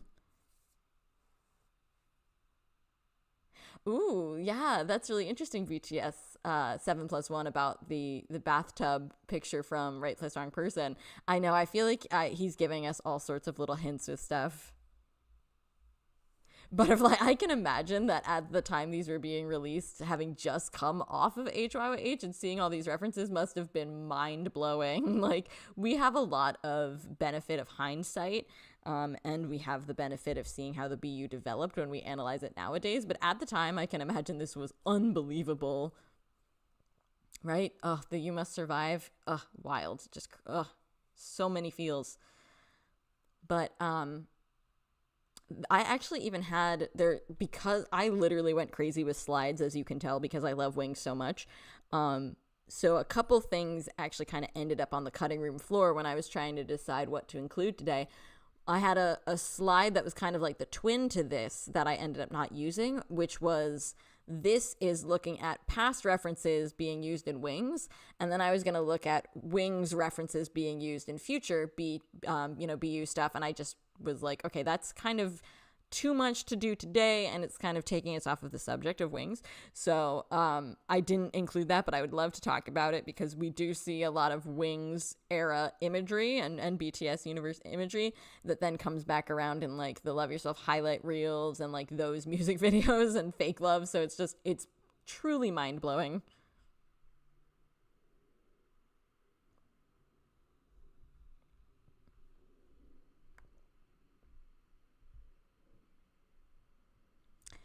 So I want to talk about Intro Boy Meets Evil, Blood, Sweat, and Tears, and the Wings short films. And something that I'm going to be looking at, because these kind of unite the videos, is they all have quotes from the novel Damien in them. So I want to read out those quotes. And then the Wings short films also have lyrics from previous BTS songs that are included in them. So I want to go over all of those because I think those are really, really interesting as well.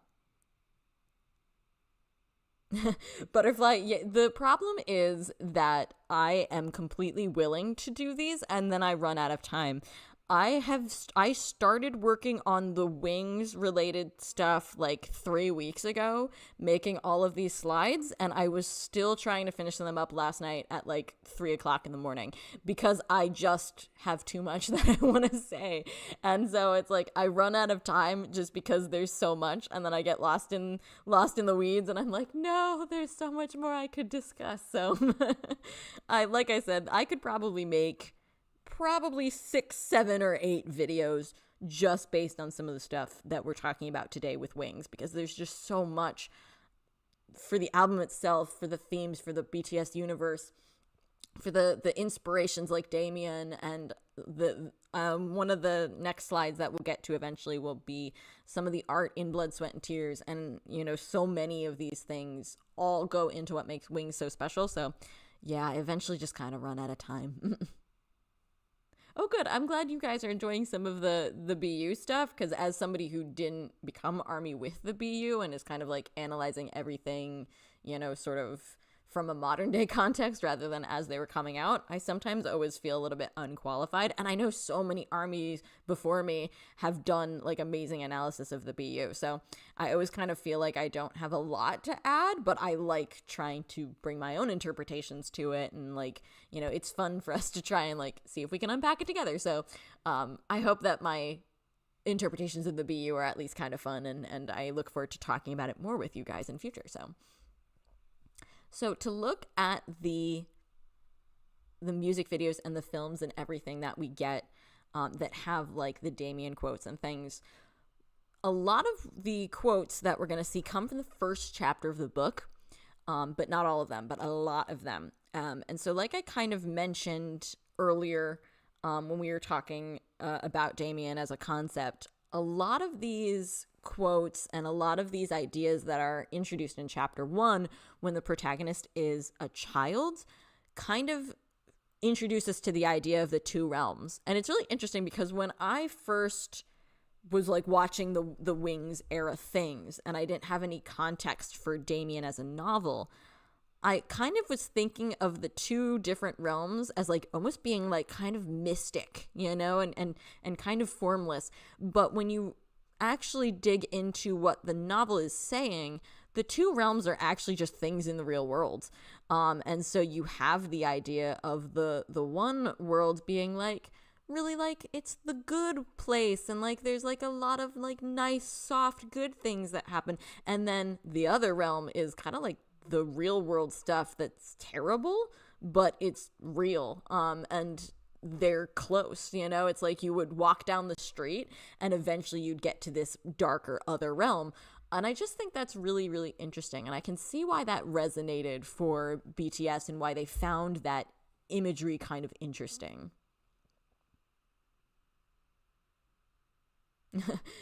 BTS 7+1. I love that description. That is so accurate for the BU. It's like if you dive in, you need to let somebody know what's going on so they can pull you back out. I really feel like that's accurate. Oh, thank you, Butterfly. I'm so glad. That makes me so happy to hear. So yeah, so let me get down to, before I prattle on endlessly about Damien, as Hitchhiker Hobbit could tell you, because we were talking on Discord and I have so many thoughts about Damien. So before I get completely lost in the forest that is that novel, let me read out some quotes for you. So the quote that begins Intro Boy Meets Evil, all of these are read by Namjoon in the different videos, but this quote is from chapter 1.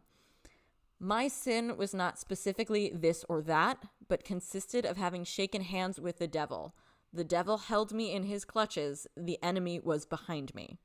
And I just think that is a perfect quote to begin Boy Meets Evil, since, as we kind of were discussing before, so much of it is about that temptation and being ensnared by that. And so kind of that idea of, you know, you didn't necessarily do anything wrong, but you're kind of letting temptation bleed in. And so now that's what's starting to happen. And that's what we see kind of portrayed so visually and beautifully through J-Hope's dance. It really kind of portrays that struggle. The next time we, of course, see one of the Damien quotes is from Blood, Sweat, and Tears. And this is actually a chapter 2 quote. And this one is probably the most iconic because it is in the title track. He too was a tempter. He too was a link to the second, the evil world with which I no longer wanted to have anything to do. And this quote is something that the main character kind of feels in his youth, and kind of feels like he's almost like triumphed over, you know, kind of getting away from temptation. But we know that eventually, you know, it kind of continues on. So, because it's literally only chapter 2 of the novel. That is such a good observation too, BTS 7+1. It's like, you know, what exactly are you encountering? You know, if the devil has you, but like, what else is going on? It's very, very creepy. And I do apologize. These are in order of how they appear on the album. So they're not in order of how they released, because if I'm correct in my assumptions, Blood, Sweat, and Tears would have actually come out like later than the Wing short films. So I'm sorry that these are in order of album and not in order of how they would have been released. Hitchhiker Hobbit, don't encourage me. I really do want to do a book club for Damien so we can talk all about it, because hang on, let me see my notes document. My notes document about Damien is like 12 pages in a Google Doc, 12 pages, 13-point font of bullet points, literally just from my very first reading of just this book. Like, and so it's like, I could probably talk for hours about this novel, but I'll do the short Cliff Notes version. Ooh, I like that interpretation. It could be. That's really interesting, which we have also kind of talked about in relation to Damien.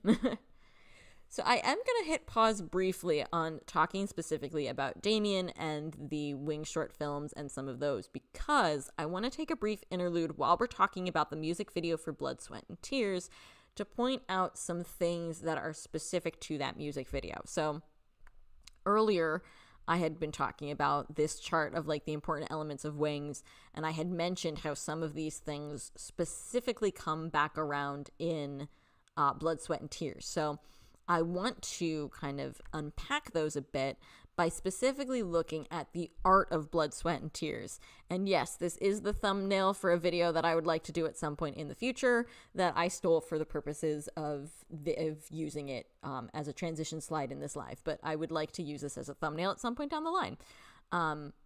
This portrays Jin in the museum looking at this art piece, which of course is a central part of the beginning of the video. So there is so much art in Blood, Sweat, and Tears. Even literally in just the first shot, there is several different statues and, you know, art pieces in like kind of the first room that they walk into in the museum. So this will not, eventually when I do a video, Hitchhiker Hobbit is encouraging my bad behavior. But eventually when I do a full video about the art of Blood, Sweat, and Tears, I definitely want to dive into pretty much everything I can in the museum. But for just today, I wanted to focus on probably what are like the 4 most highlighted pieces in particular. Because, and again, just like brief overview, I don't know a lot about art or art history, so a lot of these are things that I have like links saved of other armies' interpretations and articles and things that were written. So when I eventually do a video on these, I would like to kind of dive deeper with help of people who've already done the research. But for just talking about what we're talking about today, I want to look at these 4. So the first piece, the piece that Jin is looking at here in this picture, that is The Fall of the Rebel Angels by Peter Bruegel, and I'm sorry if I am mispronouncing any of that.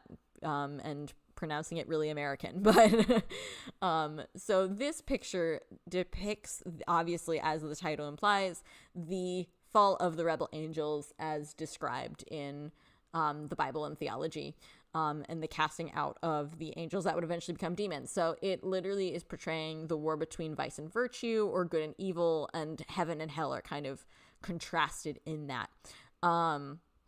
So I have to admit this, and it's obviously supposed to be, but this painting is horrifying. Like, and the main reason why I don't have a picture of just the painting, why all of the pictures are of Jin looking at the painting, is because I cannot face looking at this painting unless I am looking at it with him, because it's just so creepy.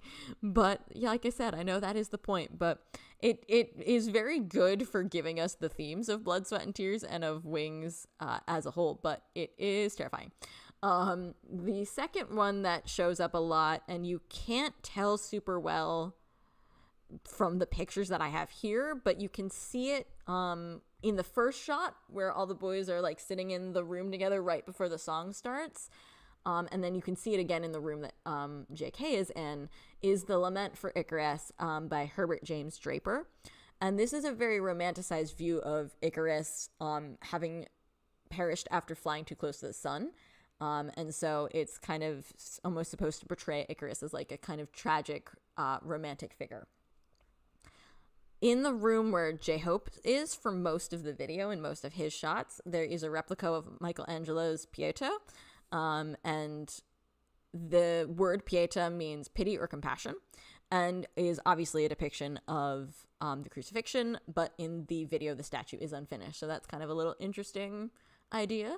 And then the final Icarus reference we have, there's a scene where V is sitting on like the balcony, and he jumps off of like, kind of like slides off of the balcony, and the shot kind of when he's gone just features this painting, and you can only kind of see part of it, but this is The Fall of Icarus, also by Peter Bruegel.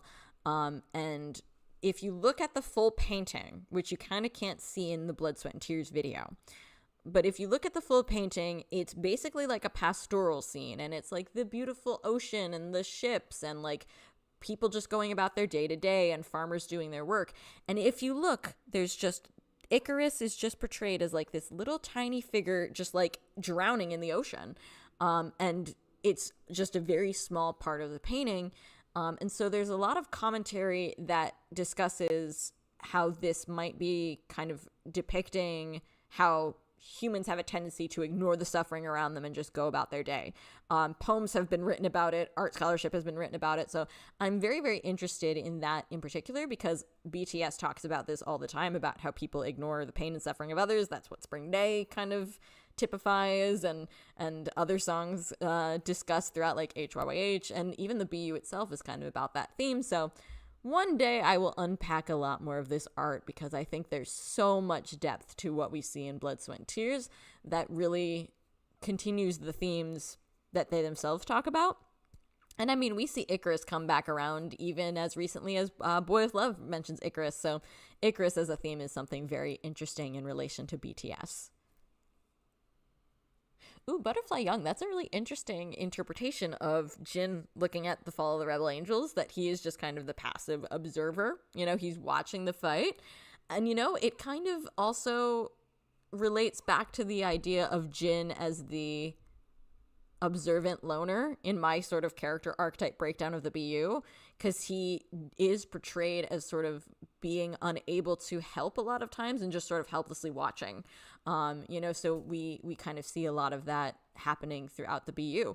I think there's even a shot in Run where Yoongi's character and JK's character are fighting, and it just kind of cuts to a shot of Jin just kind of observing the whole thing.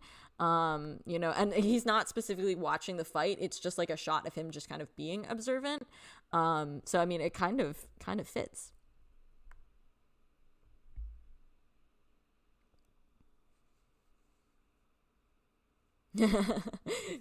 I will do my best. And part of why I wanted to do a stream talking about Wings is because there is so much to unpack. I know it'll probably take me forever to make all of the videos that I want to make about Wings, but I definitely was like, I can at least start talking about some of these ideas in a live stream. So I wanted to do that for Wings anniversary, and I hope everybody's enjoying, because I know I'm kind of geeking out a little bit, but I hope you're having fun watching me nerd out about Wings. So returning to the short films, and kind of getting back into the Damien references, and also this is the first time we see some of the lyrics being used, which I have up on screen. I have what they do in the videos is they go to a black screen and then they just have this put up in Hangul, and so I kind of did a little bit of like translating, like literally putting it into Google Translate and trying to match it up with some of like the lyric translators I use, and that's how I figured out what was what. So definitely a huge shout out to the lyric translators, without whom I would be lost forever. Yeah, BTS 7+1, you're very correct with that. And Yoongi's idea of like the fear of falling is very Icarus like. So I honestly even think you could put some Icarus references into Shadow, because Shadow very much has that idea of like, I keep rising, and then I'll fall. I know, I love my community of fellow BTS geeks. We all have so much fun together, so I love that we can geek out in tandem. But so going to the short film, and something I also want to point out is these aren't going to be like analysis of what happens in the short films, because again, there's so much symbolism in the short films that to kind of try and explain what's happening wouldn't really work. But I'll kind of, I'll keep it a little bit vague on that, but, we can definitely talk about kind of the vague substance of what's going on. But the Damien quote at the beginning of Begin is kind of, it's what we were talking about, the two different realms. So the realms of day and night, two different worlds coming from two opposite poles, mingled during this time. So we kind of can see like what I mentioned earlier about like the two realms are, even though they're opposite, they're kind of the same. They're just sort of just transition, the kind of, you can walk out of your house and you're in the other realm type of thing. Or you yourself can be part of one realm and then kind of leave and go back to the other realm. So there's like a lot of overlap there. And so the mingling makes sense. And then the lyric that's shown in the video comes from the song Tomorrow off of School Love Affair, and that lyric is, because the dawn before the sun rises is the darkest. In Lie, the Damien quote once again is about the realms. So the Damien quote is, my parents' house made up one realm. This realm was familiar to me in almost every way. Mother and father, love and strictness, model behavior, and school.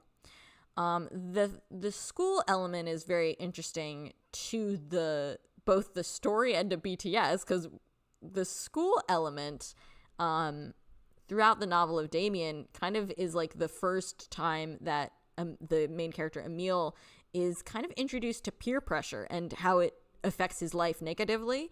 And so it's kind of interesting that school is supposed to be one of the good, the good realms elements, but it's not so good for Emil. And we kind of see the same thing in BTS's discography, how they call out the issues with, like the school system and talk about how it's hellish. So kind of an interesting little use of school there. The lyrics shown in the video there's two actually. So we have from Run, we have Show Me the Way, Stop Me, Let Me Breathe. And then from Save Me, we have Trapped Inside of Myself, I'm Dead. So both of those kind of really not only relate to each other really well, but they relate to a lot of what Jimin is saying in Lie. So in Stigma, we have the Damien quote is, it was the first fissure in the columns that had upheld my childhood, which every individual must destroy before he can become himself. Such fissures and rents grow together again, heal, and are forgotten, but in the most secret recesses, they continue to live and bleed, which is perfect for Stigma. And then the lyric shown in the video is, here there are only different whales speaking entirely different words, which is of course from Whalian 52 off of The Most Beautiful Moment in Life Part 2. which, as you all know, is a song that I just adore. So, and then I did also want to point out there's some other like things that can be translated in the video for Stigma, because the video for Stigma portrays kind of like V's character as like the graffiti artist that we see in the BU, and it shows him being taken to the police station, and when he's at the police station, he's asked for his name, which he says, and he says his age, and then he's asked about his parents, and he basically says there's no such thing, or I don't have any. At the end of the video, I haven't found like an exact translation yet, but as much as I could tell from just like kind of playing around with translator apps and stuff, it seems like the last line of the short film is asking him to make a phone call, which we see throughout the BU, some of the BU stuff, and which we also see kind of played out in some of the other Wing short films as well, is the fact that that phone call doesn't get answered. So some interesting stuff there.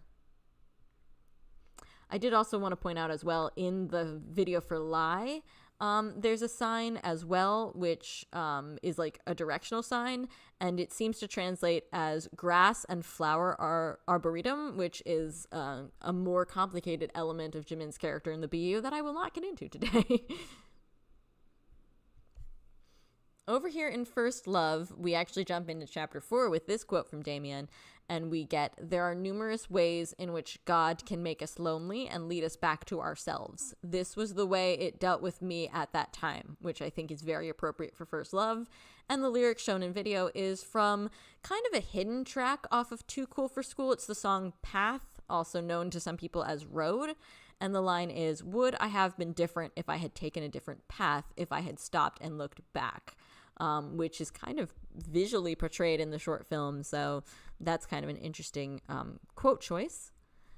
In Reflection, we jump back to chapter 1, where we get a very evocative description of the other realm, which is, "The other realm, however, overlapping half our house, was completely different.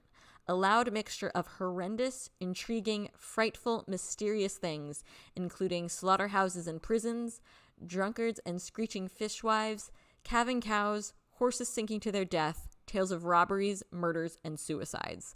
So incredibly grim, but also incredibly reality-based. And then very appropriate for Reflection, the lyric shown in video is from No More Dream, and it's, "Who do you see in the mirror now?" Mama's quote from Damien jumps ahead to chapter 7, which is where we are actually introduced to a mother character in that story. And so the quote is, "With a face that resembled her son's, timeless, ageless, and full of inner strength, the beautiful woman smiled with dignity.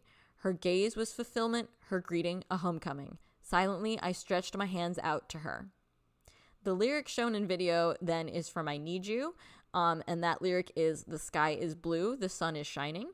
But what I find interesting is the rest of that quote that is not shown in video is, "The sky is blue and the sun is shining, so my tears are even more visible." So kind of a melancholy quote to pick, but. Hello, Regini, it's good to see you. I'm glad you could make it. We're just going over some stuff from Wings, and I'm geeking out, as usual. Next up, we have Awake. And at the beginning of when I mentioned some of the things that are involved in Wings and like some of the themes in Wings, I had mentioned Abraxas and the idea of Abraxas sort of as this deity that kind of, mixes like dark and light and good and evil and kind of mixes all those things together.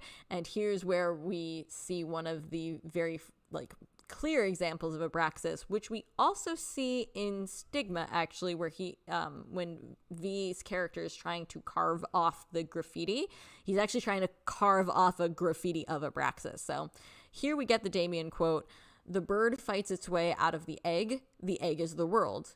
Who would be born must first destroy a world. The bird flies to God, that God's name is Abraxas." And then the lyrics shown in video are a little bit unique because one of the lyrics is, "There was no dream," which could either be a reference to No More Dream or No, but the Hangul doesn't quite match up, so I think either one could work.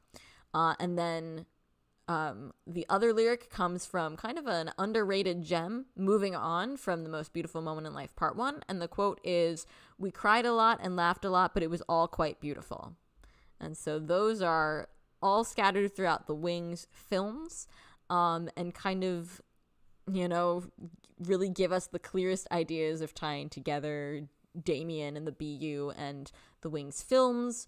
And there's just a ton of, as we saw up here, there is a ton of instances in which all of these things tie together.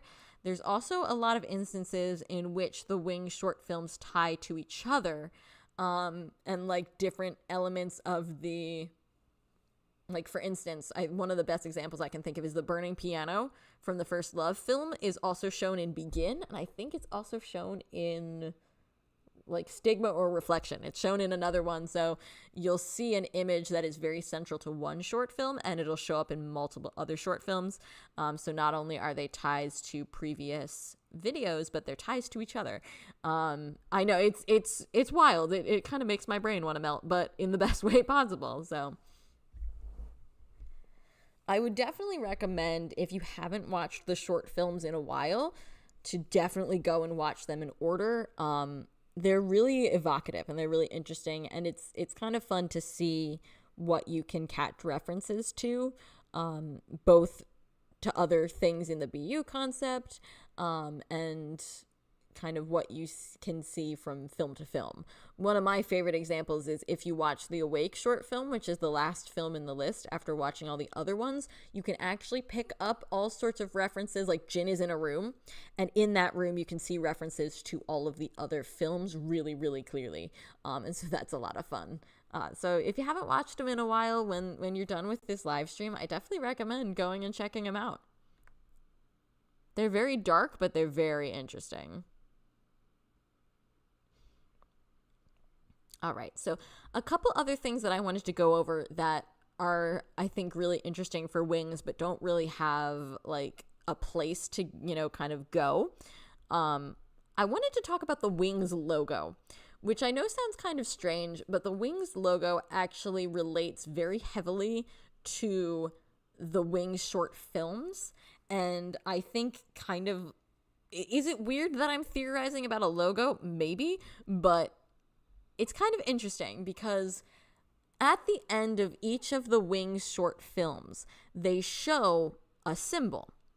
And then those symbols combine to make parts of the logo, all of them except HYYH. HYYH isn't represented in the logo at all. So at the end of Begin, they kind of show this, what I would say, because like in the video for Begin, JK's character is he's trying to paint, and he gets like an image of a painted bird, which is a reference to Damien again. So I would almost say that this image for Begin almost looks like if somebody was trying to like paint feathers, and so it kind of almost has like a sort of wet paint look, like, like if a dollop of wet paint would hit paper, but kind of has like a bird feather look. Lie contains heavy references to apples, which is another Damien thing, and also kind of relates to like the biblical story of Adam and Eve. So the apple thing is big in Lie, and so the symbol for Lie almost looks like an apple with a bite taken out of it. Stigma is interesting because there's a lot of things in Stigma about broken glass, which kind of relates to V's character in the BU. And also kind of in a way almost reminds me of when he's trying to chip off the graffiti of Abraxas. So the symbol for Stigma is just a slashed line like that. Reflection, understandably, is a broken mirror, which makes sense not only for the idea of reflection, but broken mirrors are shown a lot in the short film. First Love, it's kind of hard to tell in my screenshot. It makes more sense when you see it move in the video, but it's supposed to look like the keys of a piano, which makes sense for First Love. Mama is the word Eva written over and over again, or Ava, which is a reference to Damien's mother in the novel Damien, which appears in the short film as well. So you can see here that Begin and Reflections symbols are shown to visually combine. Lie and First Love are shown to combine, and then Stigma and Mama are shown to combine, and this is how and like I said, HYYH is the only one that's kind of by itself. And Awake almost has like an interesting kind of light gradient look, which I think is supposed to be in reference to at one point Jin is lying on the bed and looking up kind of disoriented at the lights above him. And I think it's supposed to kind of represent that. And like I said, it's not quite as visually represented in the symbol, which I think is really interesting, but you can see how they otherwise combine them to make the symbols in the Wings logo.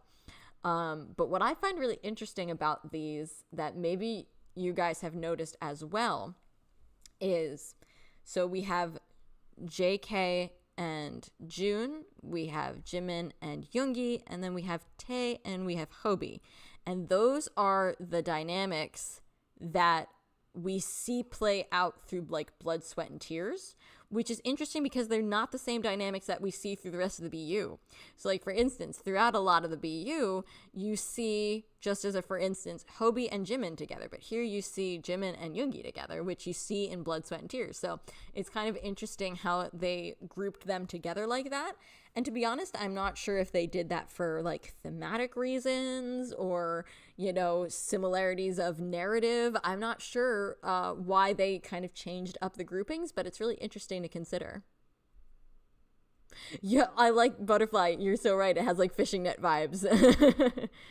And BTS 7+1, that is a really good interpretation that we're not there yet. So we don't have Awake in the symbol. That's really interesting. And it kind of works as Jin being like Jin's character in the BU kind of being the loner and the one who's observing.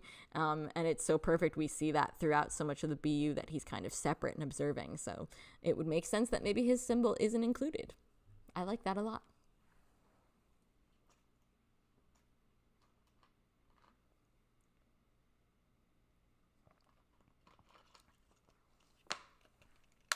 Sorry, stupid water bottle. So there is one last thing that I do want to touch on briefly. I won't unpack it fully for a couple of reasons. One is because we've been here for a while, so I don't want to take up too much more of your day with my prattling, but I'm having a blast. I'm so glad that you guys are here. And also because I need to do more research on it, but I thought it would be fun if we took a brief look at my very first theory for the Blood, Sweat, and Tears music video, which, as I've mentioned before in other live streams and things like that, you know, if you're kind of like a regular viewer, you've heard me mention that I had this idea for this theory before I knew anything about the BTS universe. So this theory is severely lacking, but it kind of is interesting to me to the point where I did a pretty deep dive in it when I was first, this was how I became an ARMY theorist. So of course I was entertaining myself by deep diving on this. And it's something that I'd like to continue to research because I think even if it's not accurate, it has some interesting potential. So my first theory was that each of the members as portrayed in Blood, Sweat, and Tears represent one of the 7 deadly sins. So I have it as Jin's character representing lust, JK's character representing sloth, Jimin's character representing greed, Yoongi's character is representing envy, J-Hope's character is representing wrath, V's character as representing pride, and RM's character as representing gluttony. And there's a lot to dive into with each of those ideas, and like this is just the base minimum, since like I said, I don't want to dive too deep into it because I'd love to dive deep into it in the future and do more research. But part of the reasons why I think all of these kind of work, starting with gluttony, is that gluttony is not just about consumption, it's about like selfishness and the act of placing your own impulses above the well-being of others, which I think is interesting. If we kind of look at the way that they're all paired off in Blood, Sweat, and Tears and kind of what happens to each of them as a result. So it's like you can see them influencing each other, maybe not in the best way. And so I think if you look as like you're placing your own impulses over the well-being of others, and then you almost see like RM's character kind of giving these same things to JK's character. So the picture that I have there is he's drinking what's very obviously absinthe. It's very obviously green. And then later we see the green on JK's finger that is then like kind of he brings the absinthe green to his tongue. So and then his tongue is green, which we know from behind the scenes was green lollipops, but still it works. So then for Sloth, kind of similarly, Sloth is a little bit more multifaceted as well. And so I think a lot of times we think of Sloth as just being like laziness or being in a stupor, but when you do a little research on it, it's not just laziness. It's like a lack of care for yourself. It's rejecting wisdom and knowledge. It's essentially about not doing the things that you should be doing, which kind of relates back to Icarus, because in the myth of Icarus, he doesn't heed instructions or use logic, and he flies too close to the sun and falls. And I think it's very interesting that we kind of see JK's character is repeatedly being brought up with Icarus and kind of shown in Icarus type fashion. So it's kind of interesting to think of Sloth as an extension of that. For Yoongi, I picked Envy.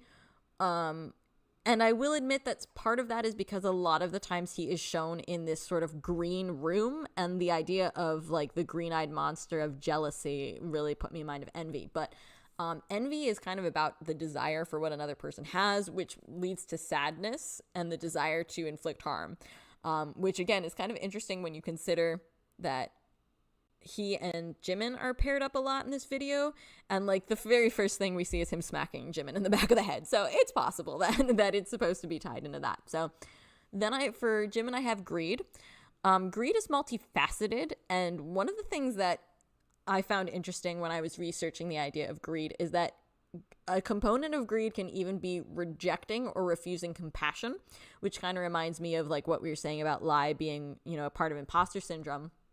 And it's really interesting to me that in the story of Dante's Inferno, those who committed the sin of greed are bound, which is really interesting because this picture is literally Jimin having been blindfolded and like attached to the door. So there is kind of that element there. So Wrath, which I picked for J-Hope's character, is anger that is uncontrolled, and it's often manifested as a desire for vengeance. And I've seen some other armies try and sort of bring forth the idea of like why is J-Hope shooting the bow and things like that, and the idea of it being like sort of a justice retribution type thing.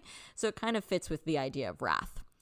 Pride was interesting because not only are there a lot of Icarus, there's a lot of Icarus motifs with Pride, which makes sense for V's character jumping into the picture of Icarus, so that kind of works there as well. But I also found it interesting that Pride is considered like the worst of the 7 deadly sins, and it's considered as being the most demonic, which I think is really interesting when you consider like one of the final scenes of the video is, kind of showing the wings being removed, and there's kind of like this very like dark sense of that. So that kind of was interesting to me. And then Lust is interesting because it's specifically described as an intense longing, which I think is what Jin is portraying throughout so much of this video, is the act of longing for something. And even the song Awake kind of points to that, the desire to kind of keep trying, and that could manifest itself as an intense longing. So some of these don't quite work. I do feel like I have to do some mental gymnastics to get some of them to make sense. But some of the other ones I think are really, really interesting.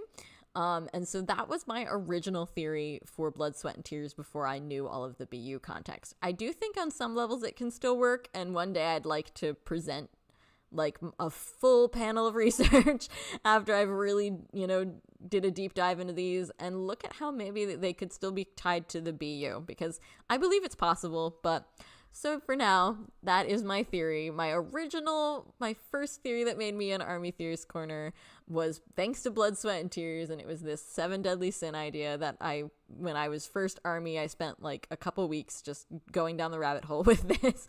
So I wanted to share it with you guys, just in case I never really get another place to share it, but I would definitely like to at some point dive deeper.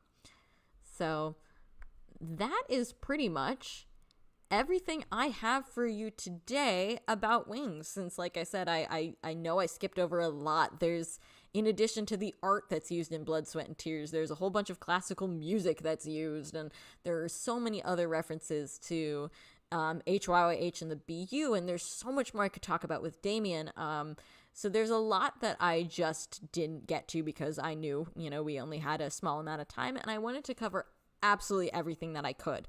But that is probably like a good primer on some of the important elements of wings and some of the things that make wings really special.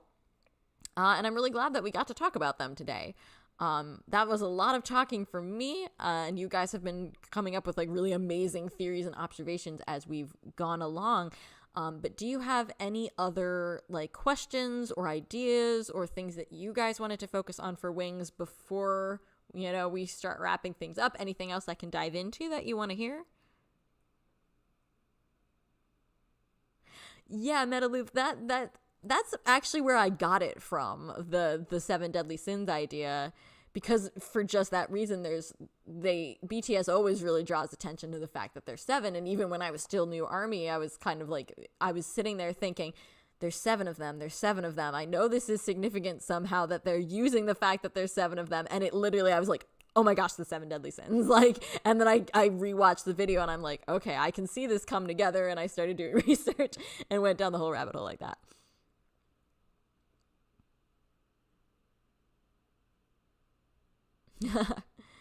It is interesting though Butterfly Young, because I've often thought that like throughout the BU, Jin kind of seems like he's the only one who's real, so it could work. Oh, thank you, Sonia. I'm so glad you enjoyed. Yeah, let me know if there's anything else you guys would like to see me dive into with wings. Like I said, I definitely want to dive more in depth with the BU, probably at some point in November as we get closer to HYYH Part 2's anniversary.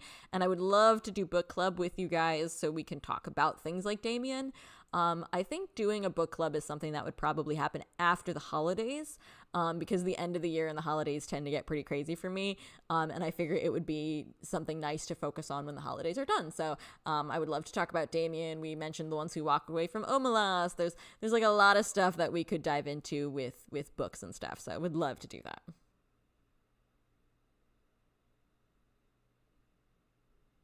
We're diving into the wormhole is so much fun, and that's why I ended up making over 30 slides and spending days and days and days, because just I love diving into this. And I would be working on something, I'd be like working on one of these slides and I'd be going, oh heck, I didn't talk about blah blah blah, I really should, let me make a slide or let me write it down in my notes to remember to talk about this, because there's just so much. Like the Wings logo, for instance, I'm just like, does anybody care about the Wings logo other than me? But I don't know, but I'm gonna talk about it because it's cool.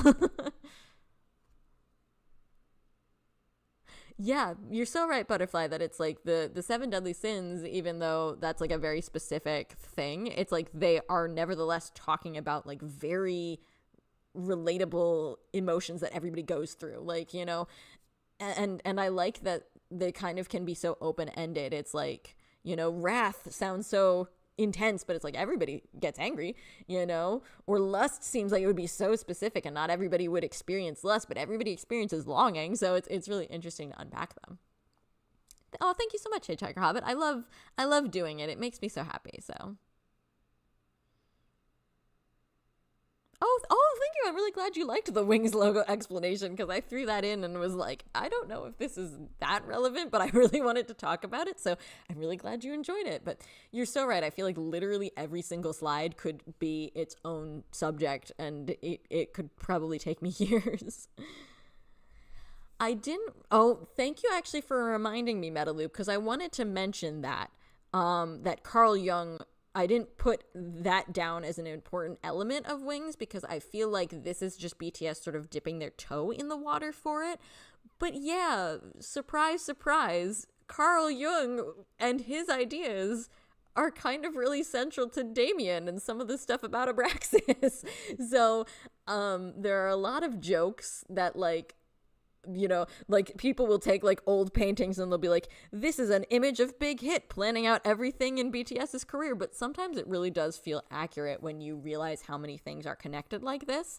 And we do know from the Wings live stream that June did talking about the album that he was already aware of like the persona, the shadow, and the ego. And I'm sure the other members of BTS were too. So on some level, they were already aware of this and talking about this, even though Wings came out in 2016 and Map of the Soul didn't come out until 2019. So it's crazy how much these things are connected. Oh, you're so welcome, T-Style. I'm so glad you enjoyed. Yeah, I'm so glad you can relate to like BTS 7+1 about like making the slides and editing the slides, and that literally me. I just it's fun. It's so much fun, and it's just like I want to make cool slides that like everything connects to. It's and then to also answer the rest of your question, Metaloop, I didn't really get into like the Nietzsche quote that's in Blood, Sweat, and Tears, even though I think that's really interesting and that has like its whole separate, it's a separate analysis that we could do. So I didn't get into that super much. And I just gave like the briefest overview of Abraxas, like literally like the back of the cereal box version, 2 lines. Because that's something I would like to unpack a little bit more, like if I'm talking about Damien or Blood, Sweat, and Tears in the future, or the Wing short films even, because I just, it's really interesting and there's a lot to unpack there.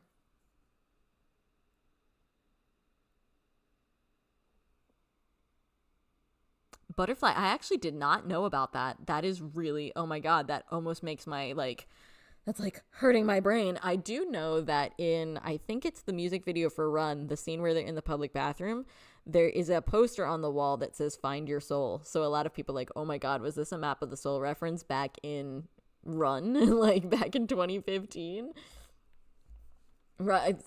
It really, it's so next level. Yeah, like Hitchhiker Hobbit said, it's amazing how far they think ahead. It's just like, it's crazy. And this is what keeps us busy. This is what keeps us busy when we do our analysis. There's just so much.